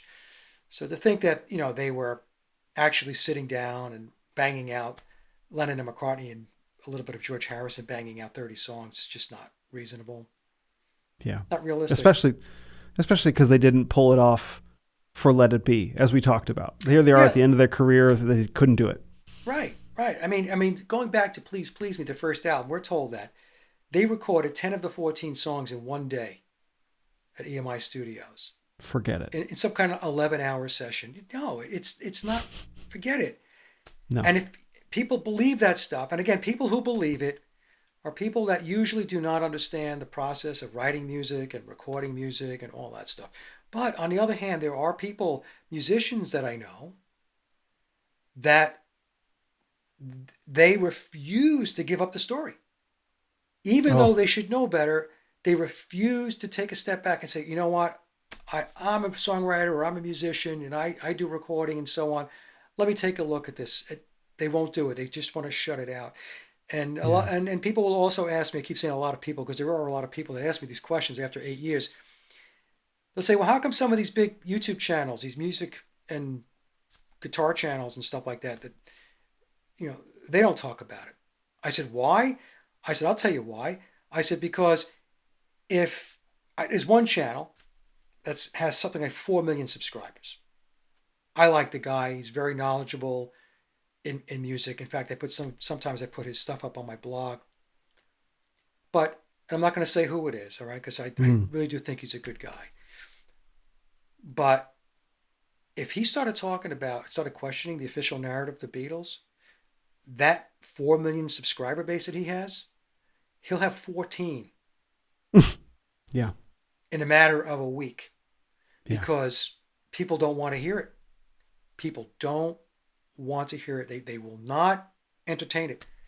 So what does that mean? When you have 100,000 subscribers, 1 million subscribers, 2 million, 3 million, 4 million, you know what that is? That's a paycheck. Mm-hmm. That's what that is. That's a paycheck. And so they could lose a lot of money by not going along with the official narrative. Mm-hmm. And so what do? Even if they do know better, and maybe some of them do, they go along to get along because, hey, I don't want to lose that paycheck. It's the same thing we went through with the whole COVID thing. Yep. The doctors that hung in there that, hey, I've got medical loans, school loans. I can't open my mouth. I'm not going to open my mouth. I'm just going to go along with this thing. And, I'm just doing what I'm told. That was that was pretty much the line, doing what I'm told. It's prevalent. It's everywhere. People won't walk from the money if the truth is going to cause them to lose money. Some people will, and God bless those people, but a lot of people, no, they won't do it. And I'm not saying it's an easy decision to make, because if you've got a family, you've got a home, you've got all of this stuff that you've got to take care of, you got yourself in a position where if you say something, you can jeopardize all that. Yeah, I mean, I understand it. But my point is, that's why a lot of them won't talk about it. Mm-hmm. So maybe we can close on this then, and we can talk about, because one of the questions I did want to ask you, I'm not a musician. For those who are just listening, Mike, you have an acoustic guitar and you have an electric guitar, and you have on the wall behind you, looks like you've got a keyboard there with a Boston record. You've got yes. It looks like you've got some cables back there. So you are, and hanging from the wall. So you are actually a musician. When you, and sometimes you'll put your music at the end of some of your videos and also on your YouTube channel, which I'll link in the show notes. When you look at the story, or when you first started cracking the story of the Beatles, and you know how hard you work to write a song or record a song, arrange a song, how much is involved with that process. Really, unless someone has been in a studio, you really don't know how hard it is to record a song. Just how much goes into setup and miking and arranging and mixing and mastering, how much goes into just one song, not to mention the writing process. I felt this in myself. Maybe I don't mean to say that this is how you would feel, but my question was, were you offended as a musician to look at the way the Beatles were held up as being these legendary musicians when everything was provided for them and they were essentially bums? And you have so many hardworking musicians trying to grind out, tracks that they're proud of, right, without the elevation of an entire industry and culture behind them. Do you look at that and like, it's because I was kind of offended, but maybe from a musician's perspective, it's a little different. I would say I was offended. I would say that I just walked from it. In other words, the luster was completely gone. Mm-hmm. And I just assessed it and sized it for what it was, that they were not what we were told they were. And so that was that. And to be honest with you, it made me more appreciative of my writing songs and recording songs, because as I mentioned earlier in the show, many musicians and songwriters are striving for that unachievable, for a lot of people, that unachievable level of Beatle genius and creativity, with the music and all that stuff. When in fact, I know, and many other people know that they didn't do that. Yep. So what that does is that corrects the bar. So whereas your bar is up here, way up here, and you're looking to get there, and and you're really, downplaying your own abilities to a certain extent, your own skill level, because you're measuring it against something that you think actually happened, right? No. So when I figured it all out, that bar up here went away. Mm-hmm. And I just got comfortable with, you know what? Hey, I'm just going to do my thing. Okay. I don't claim to be the greatest songwriter in the world. I don't claim to be the greatest guitar player, musician in the world. Okay. But I think I'm pretty good at what I do, at creating music. And I'm comfortable with that. You got to be comfortable in your own skin, with where you're at with your abilities and your skill. Okay. Mm-hmm. And not chase a ghost, because that's what the Beatles, a lot of people do. They're chasing a ghost. A lot of musicians and songwriters. So that's where I kind of landed with it. I really don't pay them any mind anymore. Every mm-hmm. time I see something come out with them, I watch it. Usually it winds up with a chuckle, because I can see exactly what's going on, what's being positioned. And I know it's nothing more than manipulation. It's deception, and they got to keep the boomers in the boat. So that's why all this stuff, they keep releasing stuff, and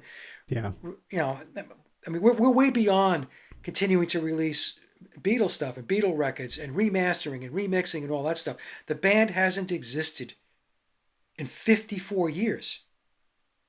And they're still turning out this stuff. So that tells you right there that this is very important, because we're half a century into this thing. And they're still trying to crank out merch and products, because it's a cash cow as well. It feeds the beast. So that's where I landed with it. I mean, I can listen to the music and have an appreciation now Sure. for the craftsmanship that went behind the songwriting, behind the musicianship, and the production. I can appreciate that. And why? Because before I knew any better, that's how I learned. Mm-hmm. That's how I learned music, by listening to Beatle music, thinking it was the Beatles. But I could still go back and listen to what they were doing, or whoever was doing it, and have an appreciation for it. But as far as the four guys themselves, or the five guys, no. Yeah, you can still enjoy the sounds. You can still enjoy the music for what it is, because it still exists. Just detach it from the mythology. It doesn't have to be about these four guys. Like, this is a beautiful album. This is a powerful album. It's an evocative album. Right. Or this song has a personal attachment to me. But just take it away from the guys. Throw away the social engineering and enjoy the music for what it is. It's like the Monkees, right? Everybody can say, I love Monkey songs, right? I love some of the songs the Monkees did. Last Train to Clarksville, great song. And people are okay with that because they know that the Monkees were not the musicians behind the recording. They know that, it was studio guys, it was the wrecking crew, and so on. So people have no problem accepting that. They can still call it a Monkees album. They can still say, I love the Monkees. I love the Monkees music. It's fine. So that's exactly how we should look at the Beatles. Look at the Beatles as a much larger play than the Monkees, but it's the same exact model. And so if everybody got their heads around that, they could still say, oh, I really like the Beatles music, without getting so emotionally invested in defending a belief system that is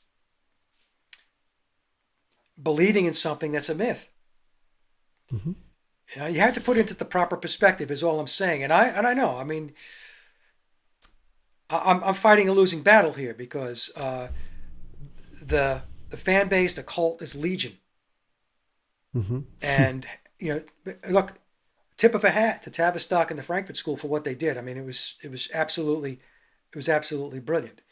And to this day, not a whole lot of people understand it. They're still sucking up and loving the Cinderella story. Well, that's why your work is so valuable. And as we started out talking, you're winding down this project after 8 years and going to leave the material out there for people to enjoy. Yes. So what's next for Mike Williams after the magical mystery tour of your own? Yeah. So look, I'm going to be 66 years old in a couple of months, and I've got 2 grandchildren, and I have a beautiful wife, and my daughter and my son-in-law, and I have my family. My mom is up in age. She's mom's pushing almost 90 years old.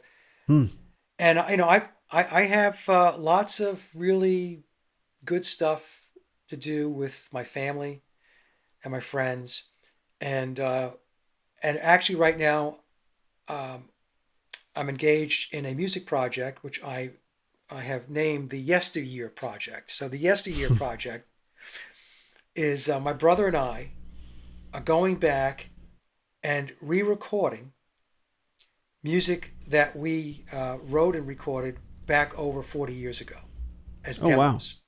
Wow. Okay. As demos. The songs were never published. I mean, published from the standpoint of if they went out as demos to record companies and record labels to see if we can get signed or to get the music published. But needless to say that that didn't happen. But we wrote a lot of really good songs in my opinion. And so I said to my brother, I said, look, I don't want these songs to sit on a shelf and collect dust. Let's go back and let's just resurrect them. Let's re-record the songs, and let's produce them. Let's not make exact replicas. Let's reimagine the songs, retaining the original essence of the song and the melodies, but let's give it a flavor that is us today, us in our 60s. What would those songs sound like if Mike and Paul did these songs today? And that's what we're doing. And we've got 4 songs under our belt right now, and I'm looking to get 12 to 15 of those songs done by year-end 2025. You're not going to get them all done in 30 days in the studio? Yeah, it's not going to happen. Not going to happen. Yeah. See, that's the thing, right? Here's a case where the songs are already written. If somebody said to me, can you bang out 16 of your old songs, re-record them in 30 days? I'd be like, no, I'm not doing that. Could I do it? I don't even know if I can do it, because there's just, the whole process of rethinking the songs and redoing them and the whole, like, how are you going to produce them? I mean, it's no. So anyway, yeah, so we're hoping to get, a dozen or so of the songs out. We have more of them, but I said, let's just pick a dozen songs. If we get a little past that, a little below that, that's okay. But let's just put a plan out there. So that's what we're doing right now. Well, if you put as much care and thoughtfulness into your music work as you have into your Beatles presentations, I think they're going to be pretty amazing. So thank you for all the work that you've... Yeah, thank you for all the work and all the years of labor and research and effort that you've put in to that work. It's definitely blessed me. And for everyone listening, like, everything we've talked about is basically scratching the surface of the amount of material that you've produced. And so if anyone wants to learn more, where would you like to send them to watch the videos, and then perhaps also to listen to your music? Because I want to make sure that you're rewarded for people learning what you have to say musically as well. Yeah, so just go to my hub website. It's Sage of Quay, SAGEOFQUAY.com, sageofquay.com. Okay. And if you go there, you're going to see a little pale yellow box in the middle of the website, and there's links to all of my platforms. And one of those links takes you to my music website, laboroflovemusic.com. And you get a little bio on me, from a music perspective, and you'll see the Yesteryear project, and you'll be able to listen to 4 of those songs that we have completed to date. And a bunch of the other songs that, I've recorded over time. I have 2 compilation albums out there. It's called A Decade of Rockers and A Decade of Blues and Ballads, that spans the time period between 2013 and 2023. So, I mean, just take a listen. It's rock. It's classic rock. I call it retro rock. Mm-hmm. So probably for people my age, you'll have an appreciation for it, but it's okay. That's my thing. Classic rock guy. Awesome. Well, praise God for you and your work, sir. Thank you so much for all your devoted labors, and may God bless your next endeavors with music and your family. Thank you, Will. Thank you very much. It was a pleasure speaking with you. Thank you, sir.